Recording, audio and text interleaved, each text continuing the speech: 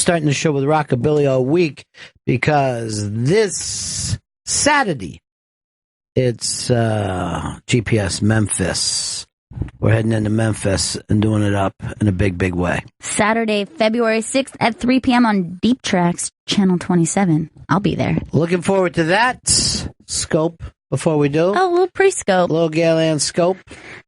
In which I present a gift to the people.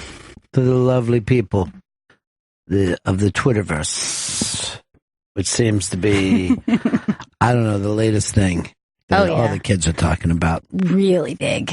Twitter. I Snapchat probably more than anything. Really? Yeah, I Snapchat it.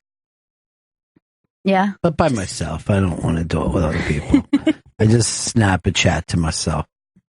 I just snap while I chat. I want to snap a chat while I pop a squat. Hey, it's the Bennington Show. I'm Ron Bennington. There's Gail Bennington. Yo. That clicking you hear is Joey Jojo Bennington with his pen. Click, click. And, he's the click, he's click savvy. He brings that aspect to the show. And on the other side of the glass, in what I call the glass cage, it's the man of illness. The Fez 2.0, constantly sick with different things. Gail, last night you said that he had boys flu. Yeah. Which I'd never heard that term, but that's what you refer to as. Yes. Commonly called the man flu, in Chris Stanley's case, a boy's flu. Okay. Is what happens when a guy gets sick and then they just keep telling everyone they have the flu when really they have a cold. Common cold. A common cold. Now, he went to the doctor today, who told him he had the common cold. But you got an addition that we weren't aware of. Yeah, I got pink eye also. Conjunctivitis. Why are you here, dude? And why have you been in the studio? Why are you touching the door handles that we touch, the laptops that we touch? I've not touched the eye. You know what pink eye comes from? What's that? Little particles of shit in the eye. Yes. And it is also easily spread. So you could spread your shit eye to the rest of the staff. I'm sure it was the explosive diarrhea that came from last night's meal that Don took us out for. So much. And first of all, this is not Don's fault. It's the fault of my production team because they let Vito pick the place. I'm not going to give out the name of it, but it was the restaurant from Bridesmaids. And we had little slabs of less than good meat. There was some. But it was certainly quantity of said meat. Yeah, it's more than you wanted to eat, and yet not nearly as much as what they charged us. You could have went out to a steakhouse, had a lovely steak, sides, enjoyed yourself. Don called me last night with two things. Number one, tell me how happy you and Joe are today. You guys are ecstatic? Happy. I had no idea. You're happy? Outside the eyeball all messed up. So he had a happy talk with you. And then he complained to me about the restaurant choice. And I said, look, that's my fault. You know what I mean? I have to look over every detail. I'm party planner of the show, even though, you know, I feel like I've moved past that place in life. We thought that we should pick the place. We didn't pick the place. I'm known for taking Don out to great restaurants and letting him pay. I mean, some of the best restaurants in the 212 area code. Last night, he got instant potatoes handed to him. And he said, taste these, what do they taste like? And I just I'm saying, well, they're flavorless. And he goes, they're instant. I go, I could not tell you whether they were or not, because I've never eaten instant potatoes in my life. I believe I had a mom. I was raised by a woman. I believe I have once or twice in my life, once on purpose and several times on accident. But if you have had the potatoes at KFC, I'm pretty sure those are instant. Yeah. Well, I've eaten a lot of instant potatoes in my life. And Were they? They were not only instant potatoes, they were watered down instant potatoes. I feel like I should be happy about that part. The only thing is they did make a nice grease track when you're trying to swallow all that meat. Yeah. Just endless amounts of meat. They definitely lubricated the meat. People are writing to me, why does Chris continued to steal from Dave right down to the pink eye. Oh, my God. Why would I want to steal that? By the way, I don't even know whether you know about this, Gail, but your little cousins got a new car with Sirius XM, and they heard one break of the show, us beating up on Stanley about stealing the num num num num num, and the boy wants to fly up and do the show with us. He's like, that show is so good. The way that you caught that guy stealing is great. Was it stealing? He goes, I got to get up there. I just got to get up and do the show. I would love to have him here. Yeah. And his sister, both. They love the fact that Stanley got busted. Loved it. I didn't get parallel thinking, kids. No. They didn't do that.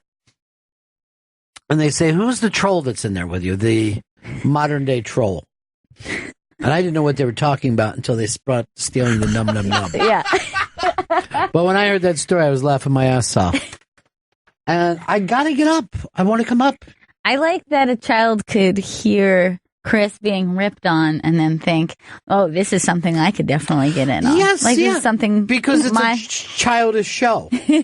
That's what happened there. Or that he's just an easy enough target. Oh, yeah. He makes himself a target. The ill do that. And he's both mentally and physically ill. And Chris, addiction is a mental illness. So you are mentally ill. All right. Like compulsion? Like uncontrollable compulsion? Yes, that is exactly That's it.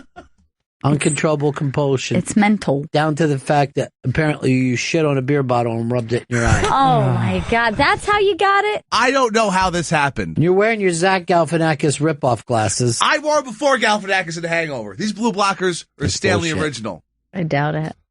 I'm starting to question everything about you. I remember the day that movie came out, and Chris said, I'm on my way to find some blue blockers. He goes, you know where I can buy them? I go, I think the off-ramp. Anytime there's an off-ramp, there's always a guy sitting there selling blue blockers. Remember it used to be like that in Florida? You'd be driving down the road, and a guy would have a box, and it would just say blue blockers on it, and you could buy them at a red light. Yeah, because the sun is just, it's so cruel to the eyes. Sounds like paradise. It literally is. Yeah, I mean the blue blockers is only a part of it. Yeah. Where are you going? Oh, boy. I gotta take this shirt off. I'm just too sweaty. All right, take it off and just sit around in your wrestling tights. I got a greasy eye right now, man. Why do you come to work? First of all, as Joey Jojo tells me every day, we can do the show without you. Yeah, every day he comes in and says, does Chris need to be here today? And that's not even when you have pink eye. I want to be here. That's my thing. I know, because you realize how smooth it would go with Joe running things and maybe a Brooke over there today. Or maybe even we steal a young Crystal from Michelle. Yeah. She seems to be the up-and-comer. I don't even know this Crystal. Yeah, that's right. I'm going to keep it that way, too. Yeah. I'm just familiar with Brooke. I don't like people at all. Long Island. I'm out from on the island. It's awful because there's people there. She wants to live on fucking Gilligan's Island on the other side. Don't look at me. Yeah. Where's that island of Tom Hanks? Was that a Long It's her favorite Island? movie. Yeah. Her favorite part of the movie is when the soccer ball drowned. She was like this too. I'm sure someone just went, hey, I haven't fucking seen it yet. Who would say that? What freak? All right. So it is the Bennington show today. We're dying. We're falling apart. But I can't believe this. For the 5th time in a row, we're doing the Bonsai Twitter contest. Yeah! Woo! Very exciting. My first bonsai. Yeah, that's up on the iBang. You can read all the rules. You have to be there. You're watching the Super Bowl with the, I think, Twitter pad sitting in front of you. Right. Or you can use it on your Twitter phone. But go over to the iBang. They've got all the rules.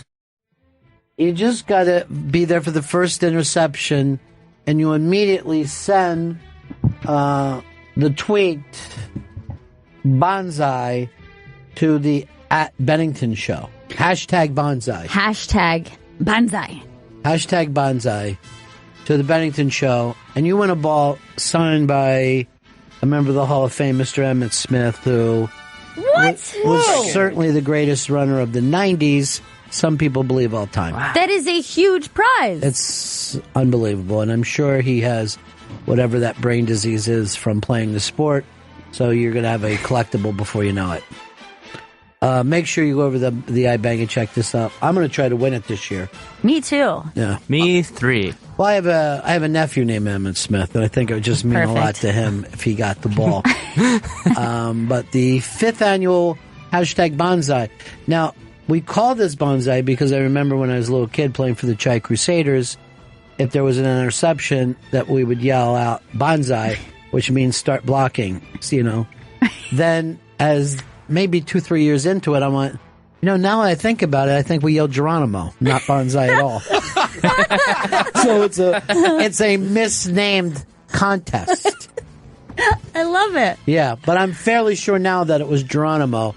I would need a time machine to go back and check for sure. Well, I think bonsai is perfect. It's a shorter word, so it's going to be a lot easier to write. That's a good point. Geronimo, a lot of the mistakes could happen and misspellings. Or Don Geronimo could be, is this in honor of me?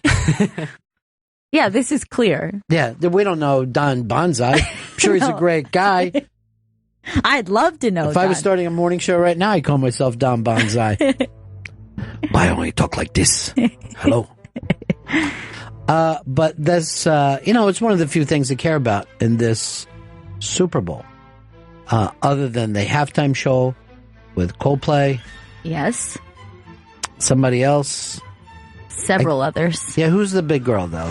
The girl that everybody likes. Is that Rihanna? That's Beyonce. Okay. Is it Bebe or Beyonce? They call her Beyonce. Beyonce seems like it's such a nice thing, and to start and call yourself Bebe's kids. I mean, it's too old school.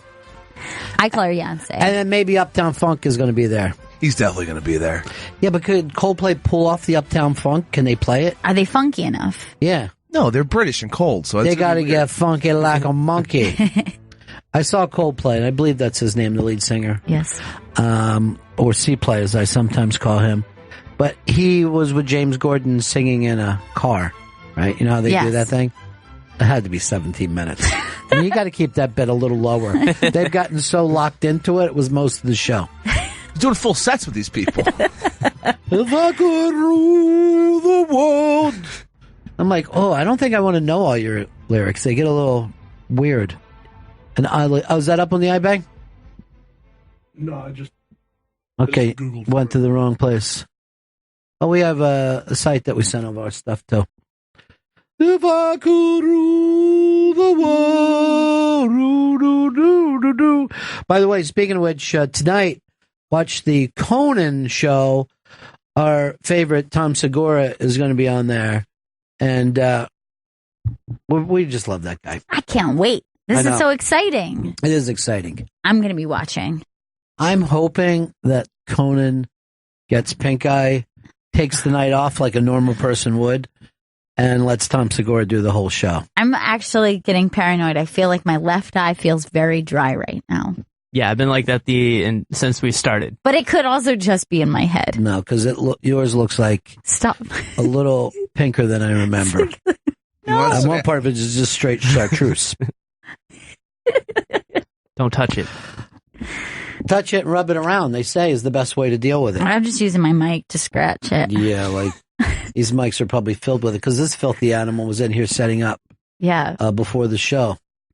And he's a piece of garbage. Would anyone like some topical cream for their eyeball? No. No, I wouldn't.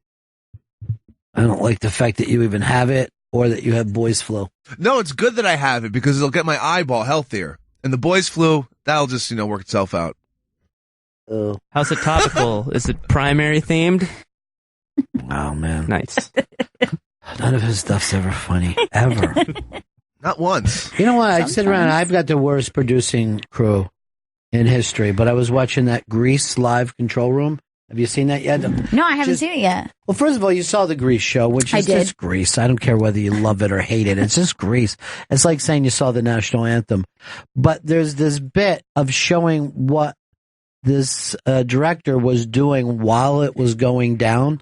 and she had like the most important job. Now, one thing I kept looking for in that show when I was watching it was to see a camera somewhere. Because there was so many cameras running around. It was crazy. I had to figure they were going to catch one of them. Now, I only watched about half of it, but that I thought was very impressive, the way it was orchestrated. There was some pretty intense costume changes and like set changes and the way things moved. Well, and the way that they also, did you see the Grease Lightning car race? I did not see the car race, but they shot it, instead of like shooting it from the side and then have the side change, because obviously you can't race a car, it's a play. They shot it from the top and made the ground look like it was moving, and then they had all these weird camera angles and wind going. That's very clever. Yeah, they were great effects. They were great. I liked the Freddie My Love moment where she goes from being like in her pajamas and then all of a sudden she's in like sequins gown. You know what my problem with Freddie My Love was? What? Wasn't in a movie. And I don't go to musicals if I can help it. So I'm like, what is this made up song? This isn't from the real Grease? They put two from in the play, and then they added one, I guess, so they could try to win an award this year. But when we went down to this place last night called Shitty Steaks, there was a little boy, he had to be about 5 or 6, and he's walking past us with his mom, and he says to his mom, "There's a Grease 2!" Just found out, and he was so excited. And then I go like this, "Oh yeah, there's a Grease 2, son. And it's much better than the first Grease." He was so excited. It's just hilarious to think that this kid just experienced Grease for the first time the other night. And now he's just thinking all things Grease. Yeah. Just always want to be watching it. You ever notice this too? Like if you do a joke with a little kid, how happy the mom is, and I mean, it's not going to happen to you, but it happens to guys all the time. She suddenly looks at you like, "He likes my kids. Perhaps I won't be a single mom much longer." If she had that look on her face that she would just go off with anyone that would bring the slightest bit of stability. Like it could be fucking Attila the Hun. She doesn't care. You know, she had that look of, is this it? Is this finally the end of this nightmare? It's happening. Yeah. They already have a connection. Yeah. Now let's just work on our connection. Is this about the boy moment that we're all having? All right, turn it back a little bit so we can actually watch.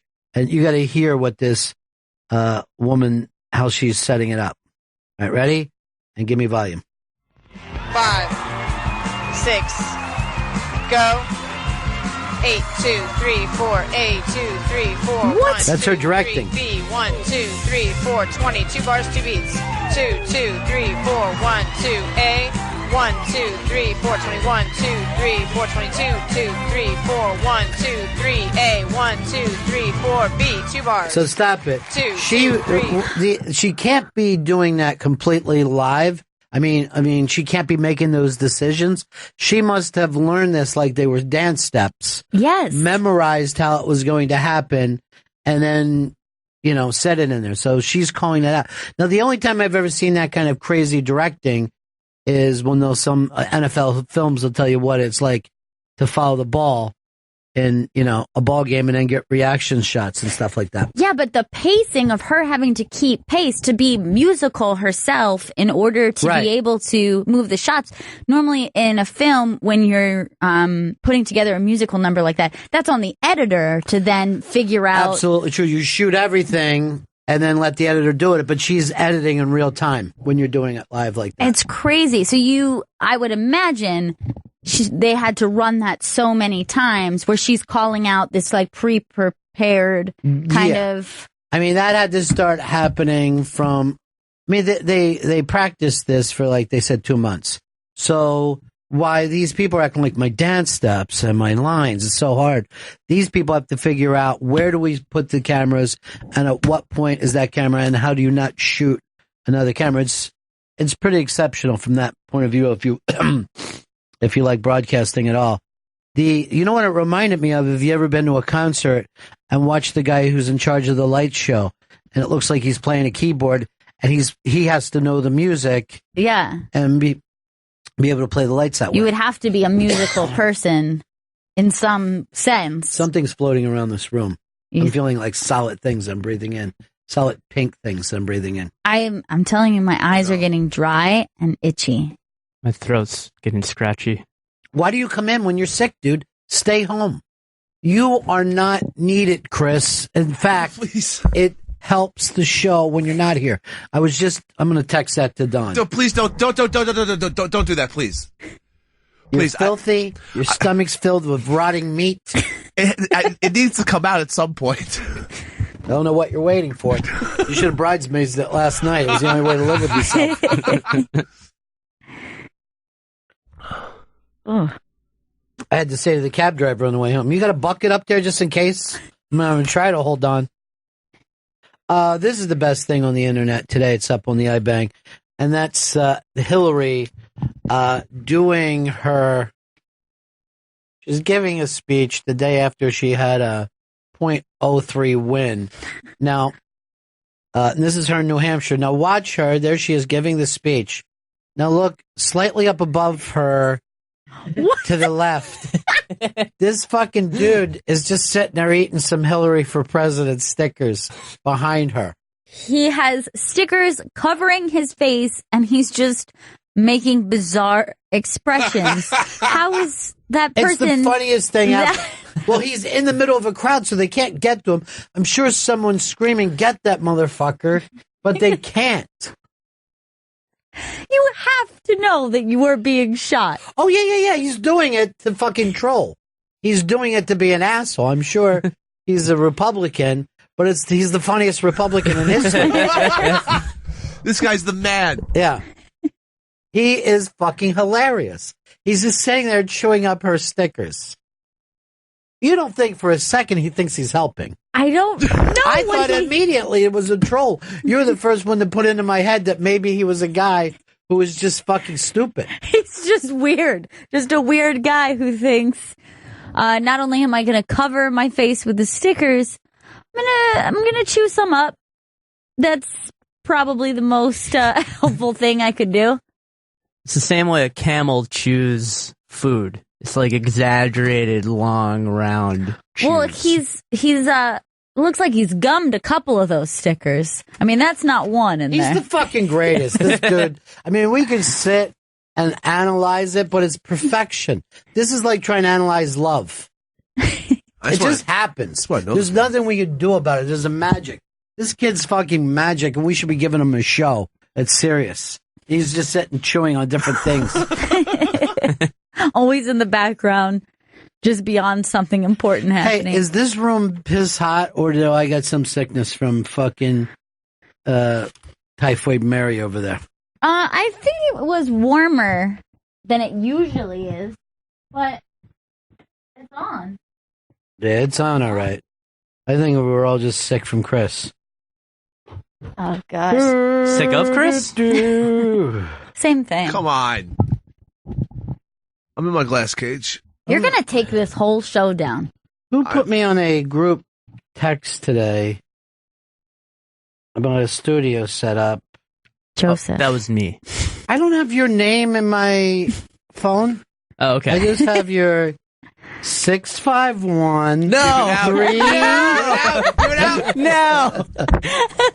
651 St. Paul. Is that right? Yeah, that's St. Paul's area code. Is this you? It's time for you to get a Brooklyn phone for yourself, dude. I know, now I do. Yeah. Get a burner. People are going to piece it together. How could they? Just that. You know what it takes now from that point on to try to guess? I could give him a couple of hints, though. No. I still have you in my phone as Catholic Joe because that's how you were introduced to me, and I need to change it. Change it to fuckface Joe. Every time you text me, I'm like, that's weird. This needs to change. I also ended with peace be with you after every text. All right, this is the thing that bothers me, and I've never corrected it. I've got Michelle in as Mooshell. I gotta correct that. I found out that I accidentally had two Chris Stanleys in my phone. One Chris Stanley, one Chris Stanley under the same number. Should be Piss Stanley. No, my name's Chris Stanley. Now, people are writing in, Chris is laughing extra hard. Is that because he's attempting to be heard or he's nuts from a medication? I feel fucking nuts today. I woke up feeling crazy with this bad eye of mine. Why would you come in here with fucking pink eye? It's a really weird decision. I guarantee you, if the other shows know that you're walking around here with pink eye, could you imagine if we're like, oh, did you hear someone on fucking Sway's show has pink eye? Yeah. We'd be bitching to Don right now. Or if you found out someone, the show before you, who sits in your seat has pink eye, you'd be freaking out. By the way, Don can't deal with any of our problems today. He's having an operation with some undigested meat being taken out of his colon. And they set up the 5 pounds of it. Those fucking cuts of those steaks were funny because one would be like, oh, this is delicious. The next one would be horrendous. Yeah, some of the cuts were very good. I will say that. You know the worst cut that I had? The filet was hideous. You might have had a more outer part because that's the problem. The more you slice in a steak. Because you're not getting real fucking choice cuts. You're getting cuts aimed at people who want a lot of cuts of steak rather than the best you could get. Some were like well done. Like it's just you just never know what you're going to get. Yeah, that's the worst part. Gail and I both got sliced from prime rib. Mine was a little overdone. Hers was definitely underdone. Yeah, even for rare. Hers was closer to being steak sushi. Yeah, a little tartare situation. No one's going to blame me for being tardy then. I got somebody out at me yesterday with an email. I was part of an email chain making fun of Earl. Mm-hmm. And then Dave read off the email chain. But luckily not the NWA lyrics that I put in there. I'm watching along going, please don't get to the NWA part. Because, I had put the Good Times show and stuff like that in there. I like to send lyrics to my friends to make fun of them for any kind of background that they have. And then you were outed. Well, not only did he bring it up, but he actually had it. Oh God! Up on the TV screen for people to read along with. Any complaints? You can reach me at this number, and I'm going to leave. This is going to be my complaint line: 651. No, don't. 651. That's mine. But like a bait, like a little boy, like a little boy that I was touching his fucking Jawa, whatever those toys you fuckers play with. Jawa. Is that what they're called? No, I don't. Connects. What are Jawa? Isn't it like a Star Wars fucking monkey or something? Jawa is a Star Give me my Jawa back. I want to play with that. Why does he always go into T-Rex arms whenever he's doing an impression? That's like a little kid. I've never seen a child do that. Longer arms and elbows. I don't get it. I'm worried about you. Oh, no. Yeah.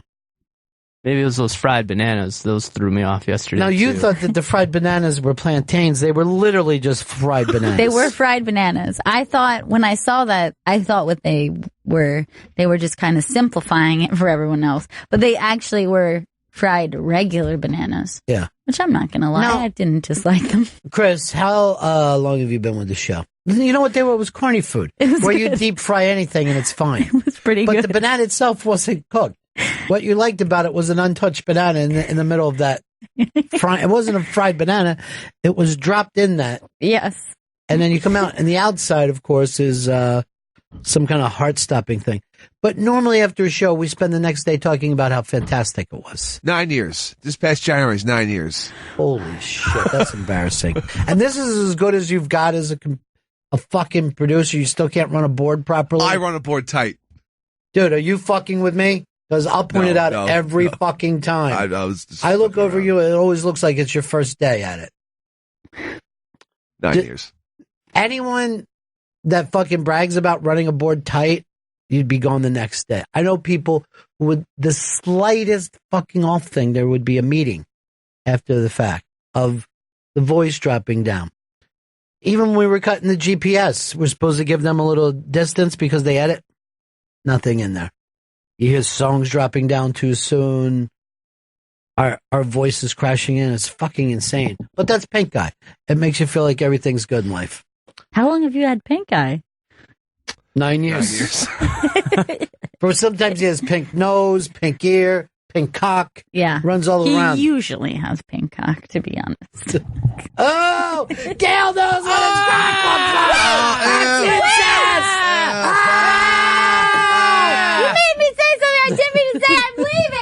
There she goes. Oh, Honey, Gail, come back. Come on. I saw his pink cock. That's all right. You know that his penis is pink. That's fine. I don't really, though. You did say it, though. You did also bring up the meats. I'll never bring up the meats.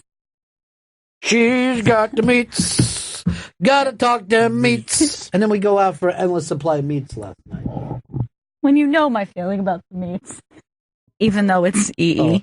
Oh, Queen Elizabeth, who was always the best, says this. Pepper, there's nothing tight about you. Not from the board you work down to your asshole. There's definitely a loose ass. No, this ass is definitely loose, especially after last night.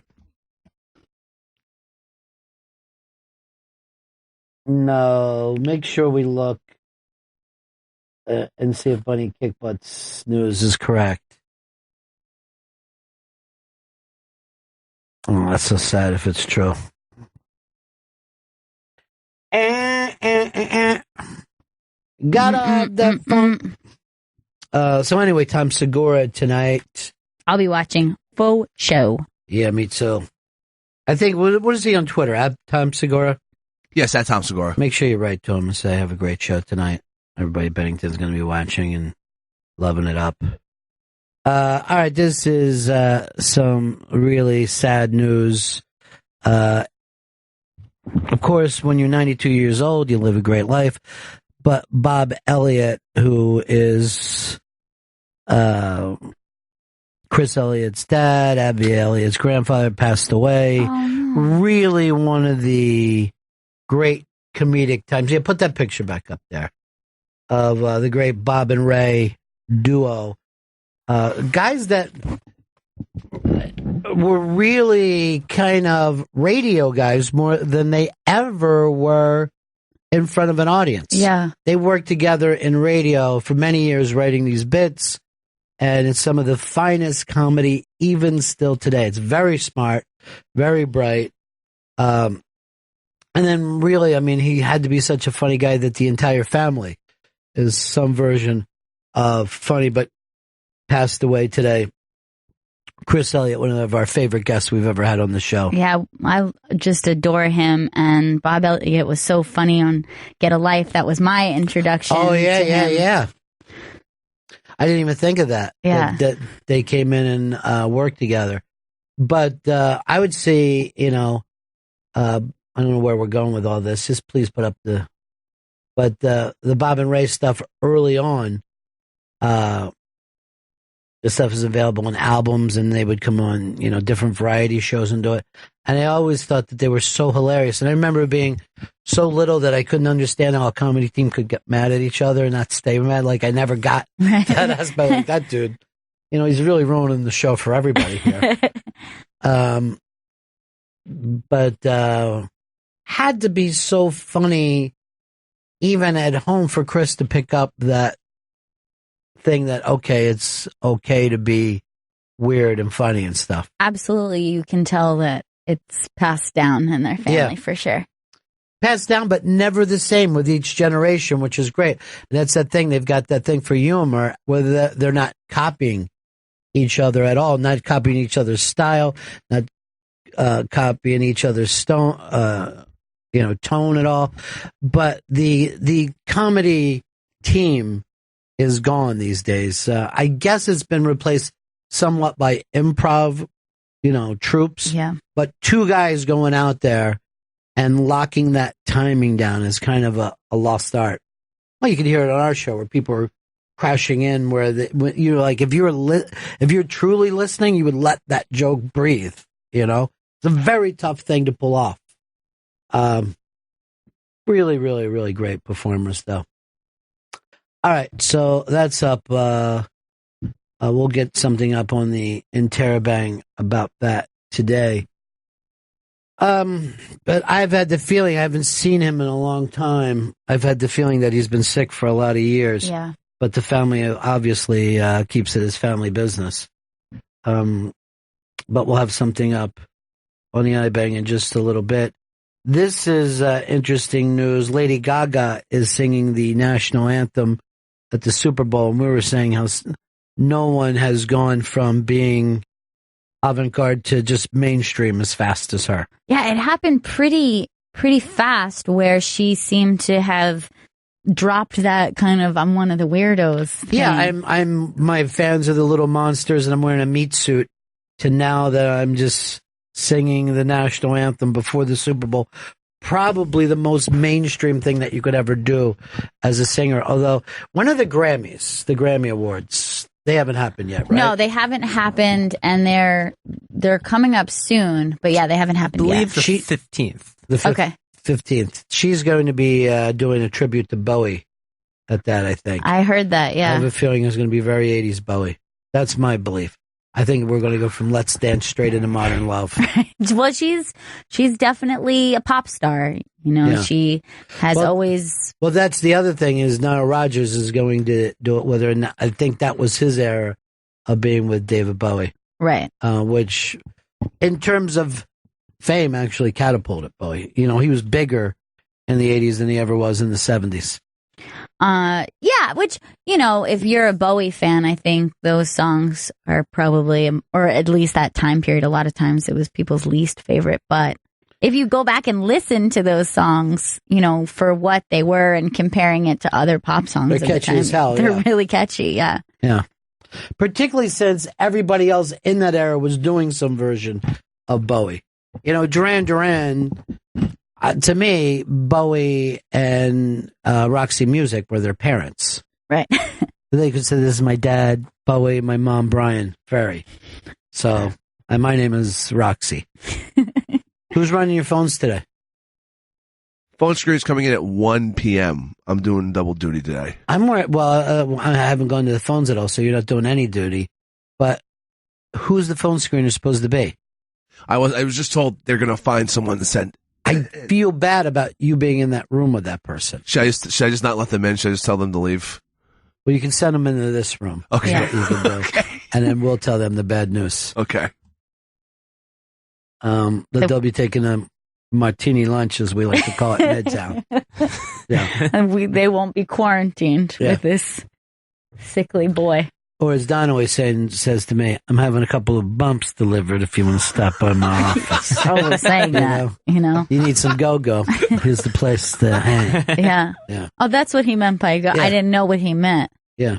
But now I get Sometimes it. he'll be chopping and he's like, dinner's on. I'm like, I get it. I get the joke. It's subtle, though. Oh, Like, you have to it's really. subtle. It's subtle as our opening song today. I'm looking forward to that Memphis Day, though. I'm That should be a very, blast. very excited about it. Check it out. It's GPS Memphis. It's premiering Saturday, February 6th at 3 p.m. on Deep Tracks, Channel 27. All about Memphis. Rockabilly, birth of rock and roll. Bunny says she feels weird, like a friend's parent passed away. Well, we all loved him, man. He was the best. Christina wrote that at Tom Segura. That's nice. I like, a lot of people say, and this sounds like I'm fucking around, but I'm not. A lot of people say about such nice feedback they get from our listeners. I love that. It's Yeah. awesome. We had a couple young kids in here the other day that they got the biggest feedback of their whole careers now because they did that our show, and it's always my favorite stuff. Yeah, it's awesome. Because sometimes when people do shows, they get shitty feedback. Reach out. Be kind. That's nice. You know what I mean? I always say be kind, rewind. you Yeah. know, because That still applies in many ways. not to. Well, the kind part does. Yeah, it doesn't apply to movies anymore. I try to rewind movies. I just can't do it. Look, Chris is on the phone over there with somebody. I don't even know who. It's on the hotline. Son of a bitch. Chris Stanley. Pink-eyed fucking monster. Believe it. Beast. I feel beastly today. I feel like I'm an animal locked in the cage.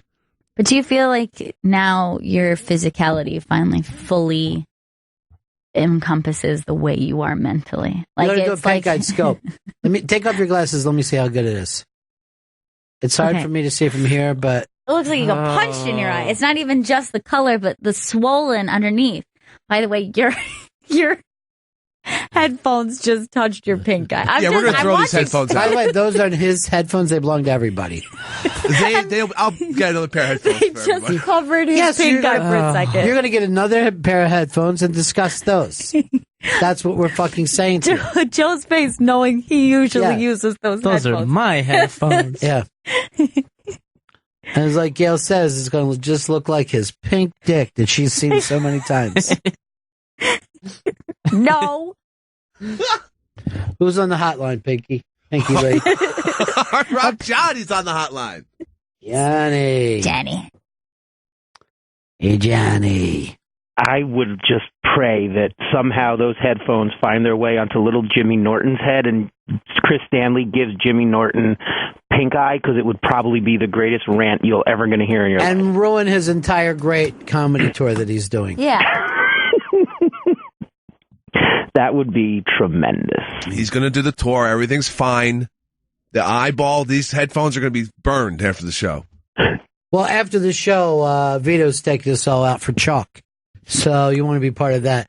He has it's that salt lick, really. It's like for cows. And you go in there and you chew on it. Well, I do like salt. So. Is it all you can chew? By the way, Vito brags about how much meat he could eat. No way did he even eat his money's worth. That was another thing that Don bitched to me about. Like, they're not giving out, like, full steaks. It's just, here, I'll give you a slice of steak. That annoyed the shit out of me. We could have, for the same price, we could have went out and got a nice steak dinner. In this building, by the way. We could have just went down to the first floor. Very acceptable steaks for the Bridge and Tunnel place. That's what we should have done. From now on, we make the decision ahead of time. Well, for now on, guess who's left out of the decision? Well, in your head, just say the name. Okay. Yeah. Oh, you're making noise out of your brain. Oh. So, Johnny, yeah, pink eye he's rubbing it all over the place and already has. Probably, and I'm sure just the day that it gets rancid like that isn't the original pink eye day. You got to do a pink eyed scope. Oh, yeah, I'll scope. God. I'll do a pink scope.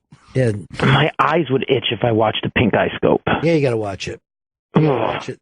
Just as a way for saying people at home, this could happen to you, you know? Remember in health class, they tried to make us look at dicks that were all eaten up by gonorrhea? Yeah. This is the pink eye PSA is what's going on right now. All right. Pink eye PSA. Yuck. It's also just so swollen. Oh, yeah, he's swole. That's his thing. He gets super swole. Yeah, he gets way swole. Hey, Johnny, who you picking in the Super Bowl? I don't know yet. I got to wait and hear who Pepper picks, and then I'm going to go opposite. Pep, when are you going to give your fucking pick away? My pick goes out tomorrow. All right, so there you go. And my prop bets, too. All right, so I will challenge you. Whatever prop bet you take, I'll take the opposite. Challenge accepted, Johnny. We'll settle up off air how much it'll be per bet. Because I don't want to talk. I don't know if we could talk about that on the air. Yes. What do I care? $5 a prop. $5. What are we, children? I don't know how many props. How many props are you going to pick, Pep? Why don't you guys just bet with your Jawa toys? I'm in on this too. I will let you pick all the props. I'll take the opposite, and I will win. All right, fine. Props versus ops. I'm fucking down with that shit. All right. I got the opposites of Pepper on everything. Your special ops.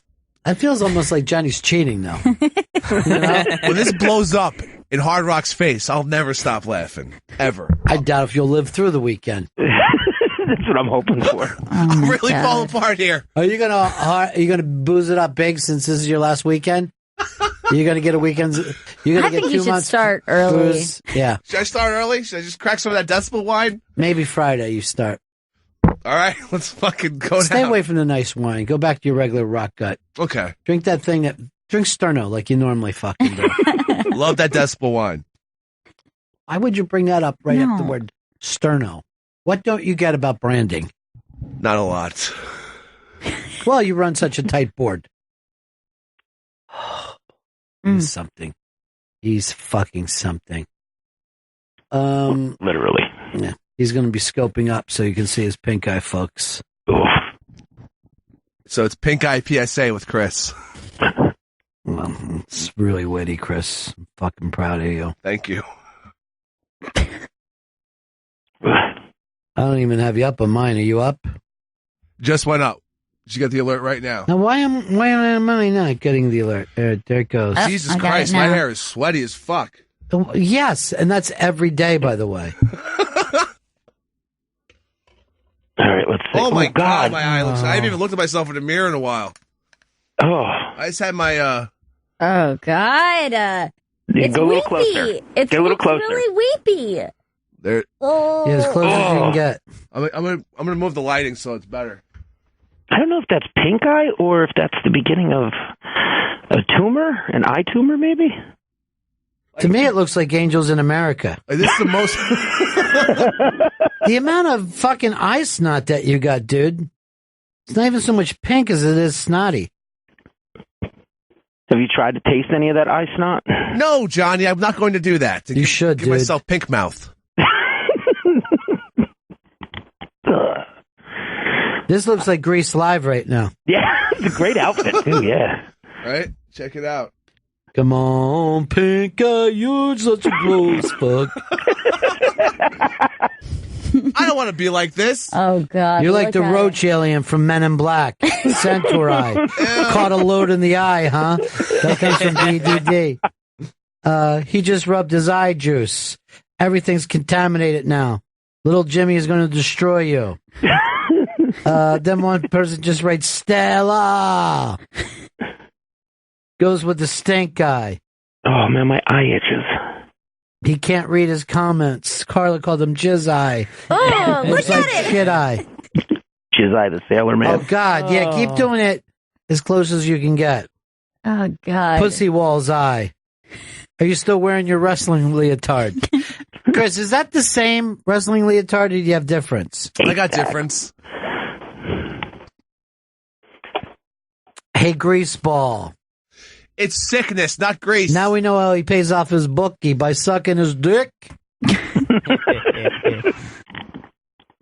Naked eyes, cancer. Dog dick to the eye. Yeast infection. No. Is that what it is? Loser named Desire. His eye is now dirtier than his dick. Man, I see why you like the Scope Bros so much. It's so good to you. Bert Kreischer's just sharing with us. Bert Kreischer's in the house. People are saying the eye doesn't look red. It just looks nasty. It's red. I got a good angle before on it. I don't know, I've seen pink eye before. That doesn't look like pink eye. Do you go to the eye to eye with Davy Mack? Homo queersicle. I'd rather be dead than red in the head. Why are your lips so dirty? Sucking that dick? I'm not sucking a dick. But seriously, people should, pay attention to fucking pink eye. It's bad for you. Oh, God, it's really crusty in the one corner there. Yeah, there's a lot of crust. You're a fucking filthy prick. You have a ton of crust on your eyelashes, too. Oh, God. I'm not touching it, man. I'm not touching the eye. Can you rub it all over where the stangles sit, please? I'm not rubbing it anywhere. Don't end up getting pink ass. Does he wipe his ass with his pillow? Don't lose the bets where the winner can come on your face. Please shower. Jizzy Bros. When does this asshole hit bottom? Sunday. He's in a fucking free fall, that's for sure. Oh, God, yeah. It's just fucking no parachute. There's nothing going on with me. Call up Dr. Steve. Fezzy jizz infection. Hey, who's the angry pirate? Come, my bros. They're rough on you, Chris. I still love the Scope Bros very much so, but they could get mean at times. I don't appreciate the jizz comments. I mean, yet you live them. Someone says just shave. No, you know what? I like a 5 o'clock shadow. I guess it's more of a beard. Larry M. Carson, Scope Bro. Hit that share broadcast button. I can smell that eye from here. Cockeyed bastard. Rinse out that eye with some Tito's. That does look like the eye would have an odor. Just the visual. This person put on Bam Bam Eye that blows. That's a stretch. Skeet Bros. Your eye sucks dick. Gross. Rehab. Larry M. Carlson, Scope Bro. Yeah, I just plugged them. Are you that far behind me? I should be ahead of you. This is weird. You're fucking weird. That fuck is going to infect everyone. My wife hates me next week. I'm not infecting anyone. This eyeball thing will be cleared up in, I'm going to hope, a day or two. Using my topical cream and whatnot. Even your eyeball is spitting now. Num, num, num, num, num, num, num, num, num, num, num. No, I'm not going to say that. That's the other F word. Stay away from Gail and Ron. I am. I'm in a booth. That person is right. Beautiful eyes for a drunk, though. He normally does have gorgeous eyes. Thanks, guys. Why are you near people, idiot? I say that all the time, even when he doesn't have pink eye. Ari Shafir's asshole looks better than that eye. I can't even open my eyeball all the way. Like, Smeg my eye. Ugh.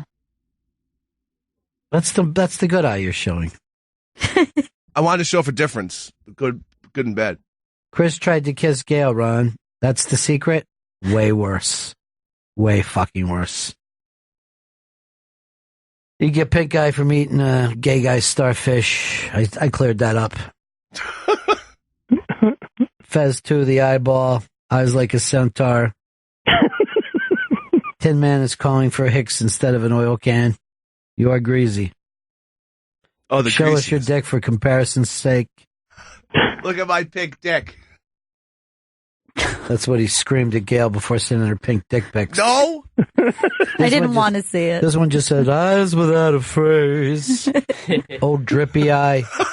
It's filthy. If you're over on the iBang, you can click on and look at this disgusting pink eye. But we're horrified by it. I'm just underneath these hot lights, man. I'm just sitting here sweating, showing off this pink eye. The eyes aren't fucking hot. I look over there, I never see Joey sweating like you are. No, never. Mm-mm. You're sweating like you're counting days. Oh, look at that crust in the corner. Yeah, the crust in the corner is particularly bad. And also in the lash. There's a lot in the lash area. I'll give you $20 if you eat some of it. Oh! No, I don't want your money. That's for prop bets. No, thanks. Oh. Dude, you cannot come to fucking work like this. Anyone could go to HR right now and probably at least have you written up. I would like HR to show up and escort so them out. many broadcasters in this building, and quite a few of them elderly. Oh, no. Cousin Brucey. I didn't want to say him, but I'm always worried about him. I know. Something like this could be really bad for him. Don't give Brucey Chris? pink eye. I'm not getting anyone infected with anything. It's not just infected, it's effected, too. Oh, shit. Defected, inspected. Neglected. Well, someone just called him face AIDS. This guy says your pink eye goes nice with your yellow teeth. My teeth aren't yellow. Pepper, more like leper. You're all carries now. Leper Hicks. I can feel the goo on my screen. I got some goo for you. I bet you do. I just. Well, you're disgusting everybody. Hopefully from around the world. I hope there's some Russians and Frenchies in there. Or just say America for what they are. The French should love to jump in. Russians, they can't get enough. Spanish people sometimes jump in. Like from Spain. No one from Africa ever, though. Pearl Jammies was very excited about us having Todd Barry in yesterday, who we love. That was a blast. It looks like Judd Apatow is going to stop before he leaves today. Can't wait for He's got that. that new show that we got a chance to see. Love. I thought it was about the 70s band. No. 60s, actually. Chris, how do you sit there and distort yourself with just a phone? Yeah, you make a fisheye lens without even having a fisheye. The thing is, I've dropped the phone a few times in the last few weeks, and now it's the front-facing camera's all fucked up. Do the fisheye thing. Maybe that's what he's got. Fisheye. He doesn't even know how to do it. He doesn't know when it happens. It happens randomly. Like sometimes it's like this weird shit just pops up on the screen. Try this angle. Look at me. If you do that, you'll fisheye it. Like, no, at your fucking head. Oh my God, Chris! Close the way you were doing. Dude, what did I just show you? I don't think he can see out of that. Can you see me? He can't see. I'm telling you right now, you just showed him twice. He can't see out of that eye. Close it up like a prize fighter. A prize fighter without a prize. Stop moving. You're making me sick. Standalone eye. I'm glad that his mother never got to see her boy sink this slow. A lot of people asking for you and Dr. Steve to get together. You might have to cut that open and let the pus out. It's just swollen. It's fine. It's going to go down.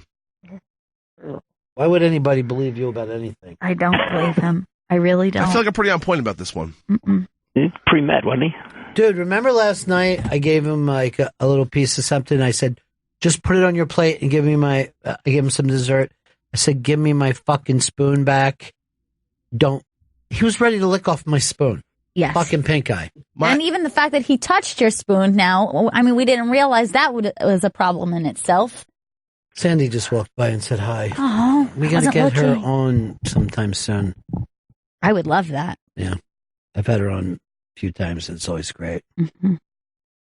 I adore. You know who, well, she went out to do stand-up in L.A. We're talking about Sandra Bernhardt. Very, very early, like in the 70s. Yeah. Well, when did she get that movie? Well, that would have been the 70s, right? I mean, that would have been late 70s. Yeah, probably late 70s at best, when Pryor was kind of running the Comedy Store. Like, he was the guy. Wow, is that true? Is that 83? Is that really King of Comedy was 83? I thought it was like 81. I didn't know it was that late either. I would have thought it was like, just looking at it, the vibe of it just feels like 78, 79. I just thought it was late 70s. Our phone screener arrived. I sent them into the main studio. I'm going to have away a phone from me. screen. Have a seat. I'm going to explain to you what's going on. There's been a horrible mishap, and I think that you have every right to be in on this. Have a seat.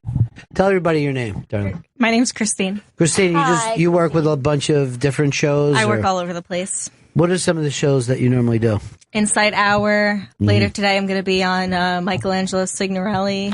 It's a great show, by the way. Nice. Now, I've got some bad news for you. The person that you would be sharing the booth with has filthy pink eye. I just got over pink eye. Yeah. So I am not sending you into that room. Okay. I don't know whether you don't want to tell anybody from management. Take the next couple hours for yourself. Go out, smoke a cigarette, have a shot or two. I don't know whether you're a big drinker. That is not a safe space in there. But that's for not anyone. a safe space. We have quarantined him. No one else should be in there. That's understandable. How long did it take to get over the pink eye? A solid week and a half. Oh, my God, Chris!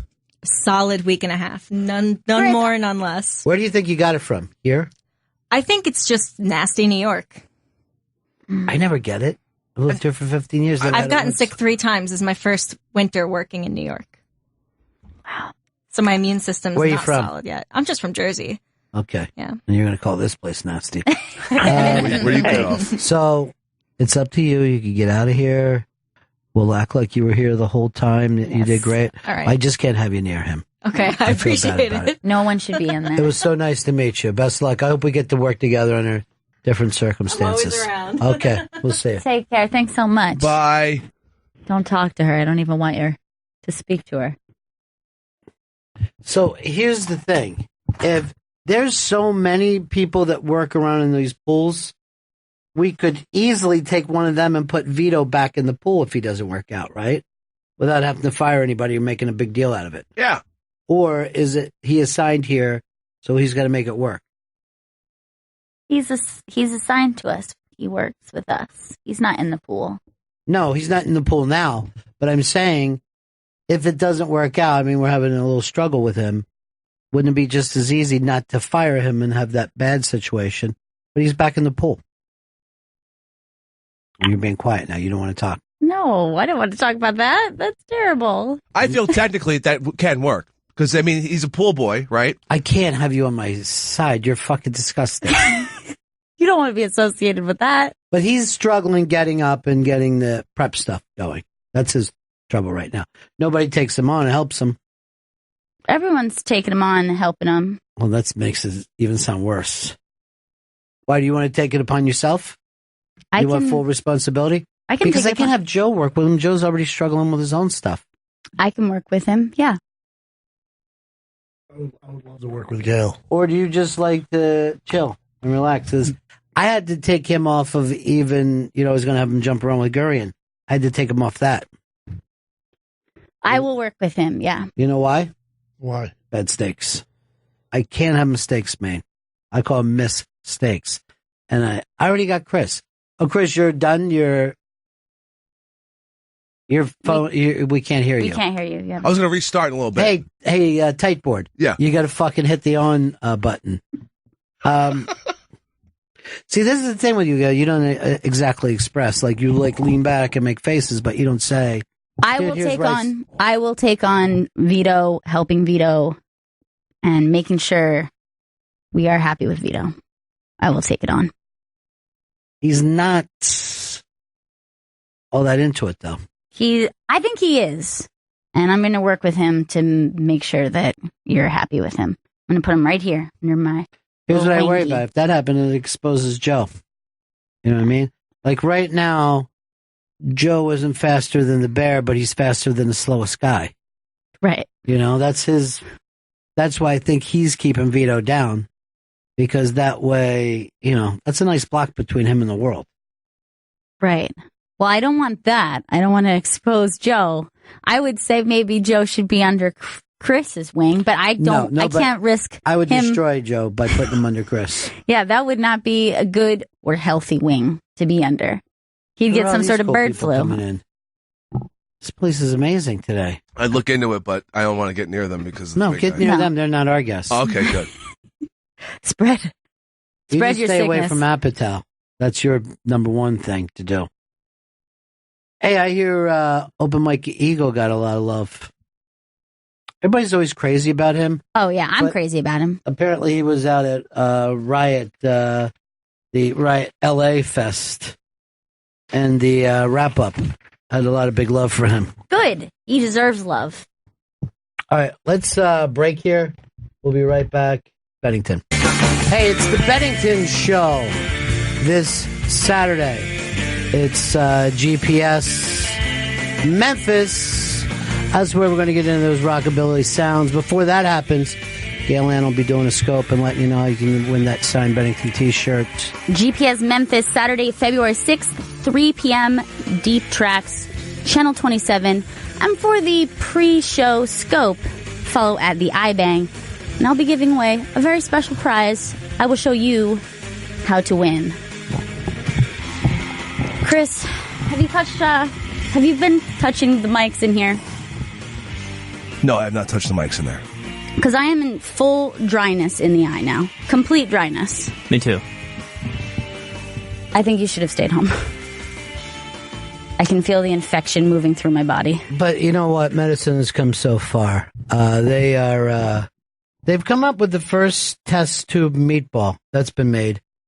And the thing that gets to me, the thing that gets to me about this is that we had a test tube baby many, many years before we had the test tube meatball. You would have thought we would have had a test tube meatball 35, 40 years before a baby. Yes, I feel like it's a chicken before the egg before chicken. Seems like meatball comes before living, breathing What do you human mean by being. chicken before the egg?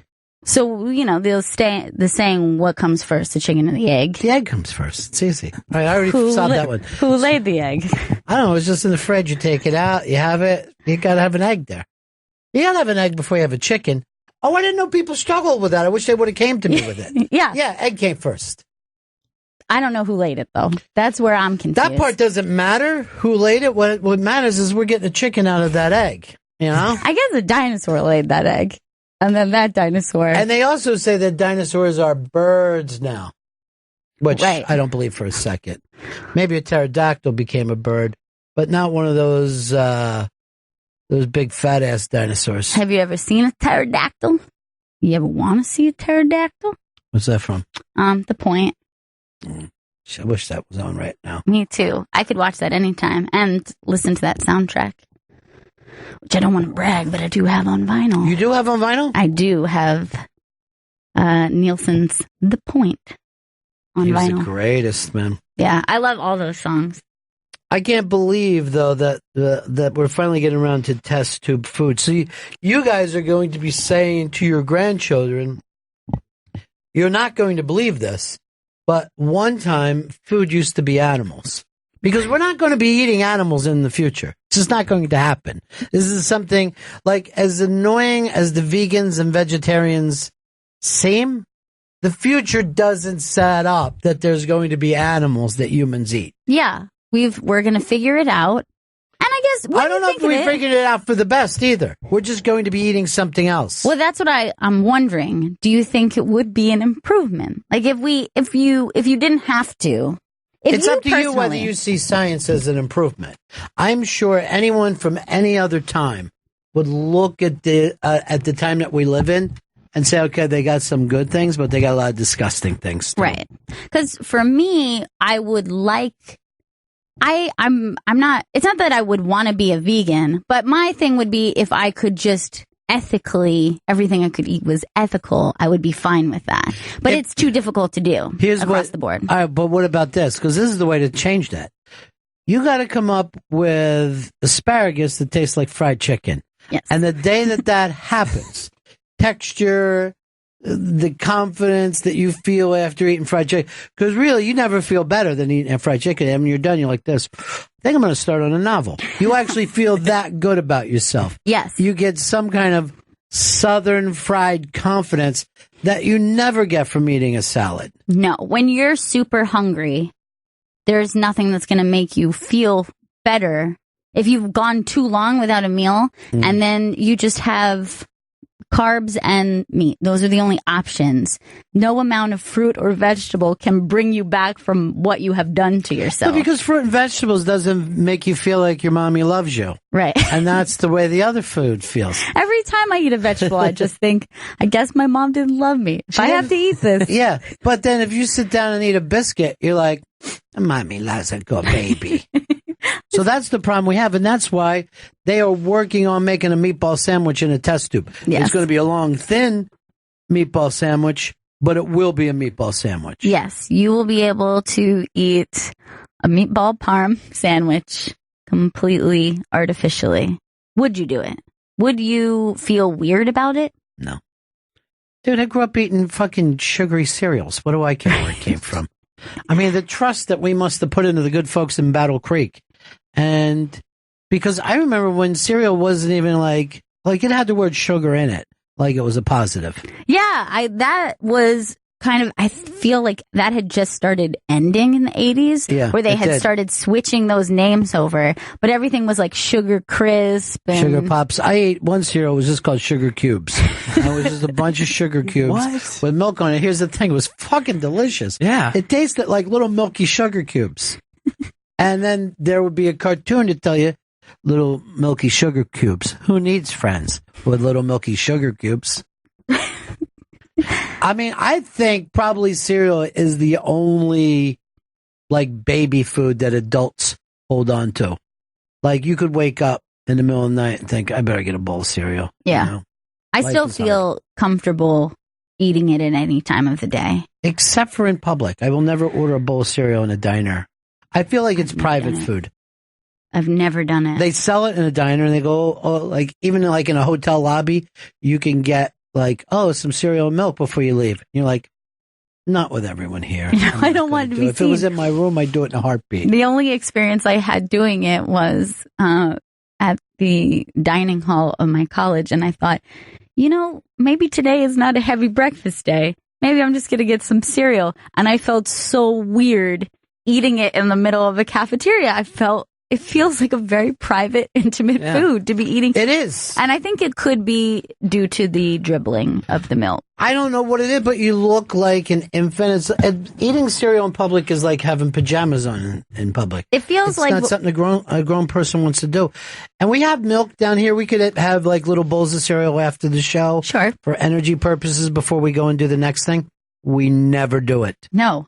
That it would seem weird. It seems like when you eat cereal, you have to immediately do that thing where where you're like kicking your feet back and forth. Like it puts you in a childlike state. It's babyish. You might as well be watching cartoons while you do it. Yes. I mean, I think that's why people hold on to cereal, because it reminds you of eating you're having a bowl of cereal, you're watching cartoons, and you couldn't be in a better mood.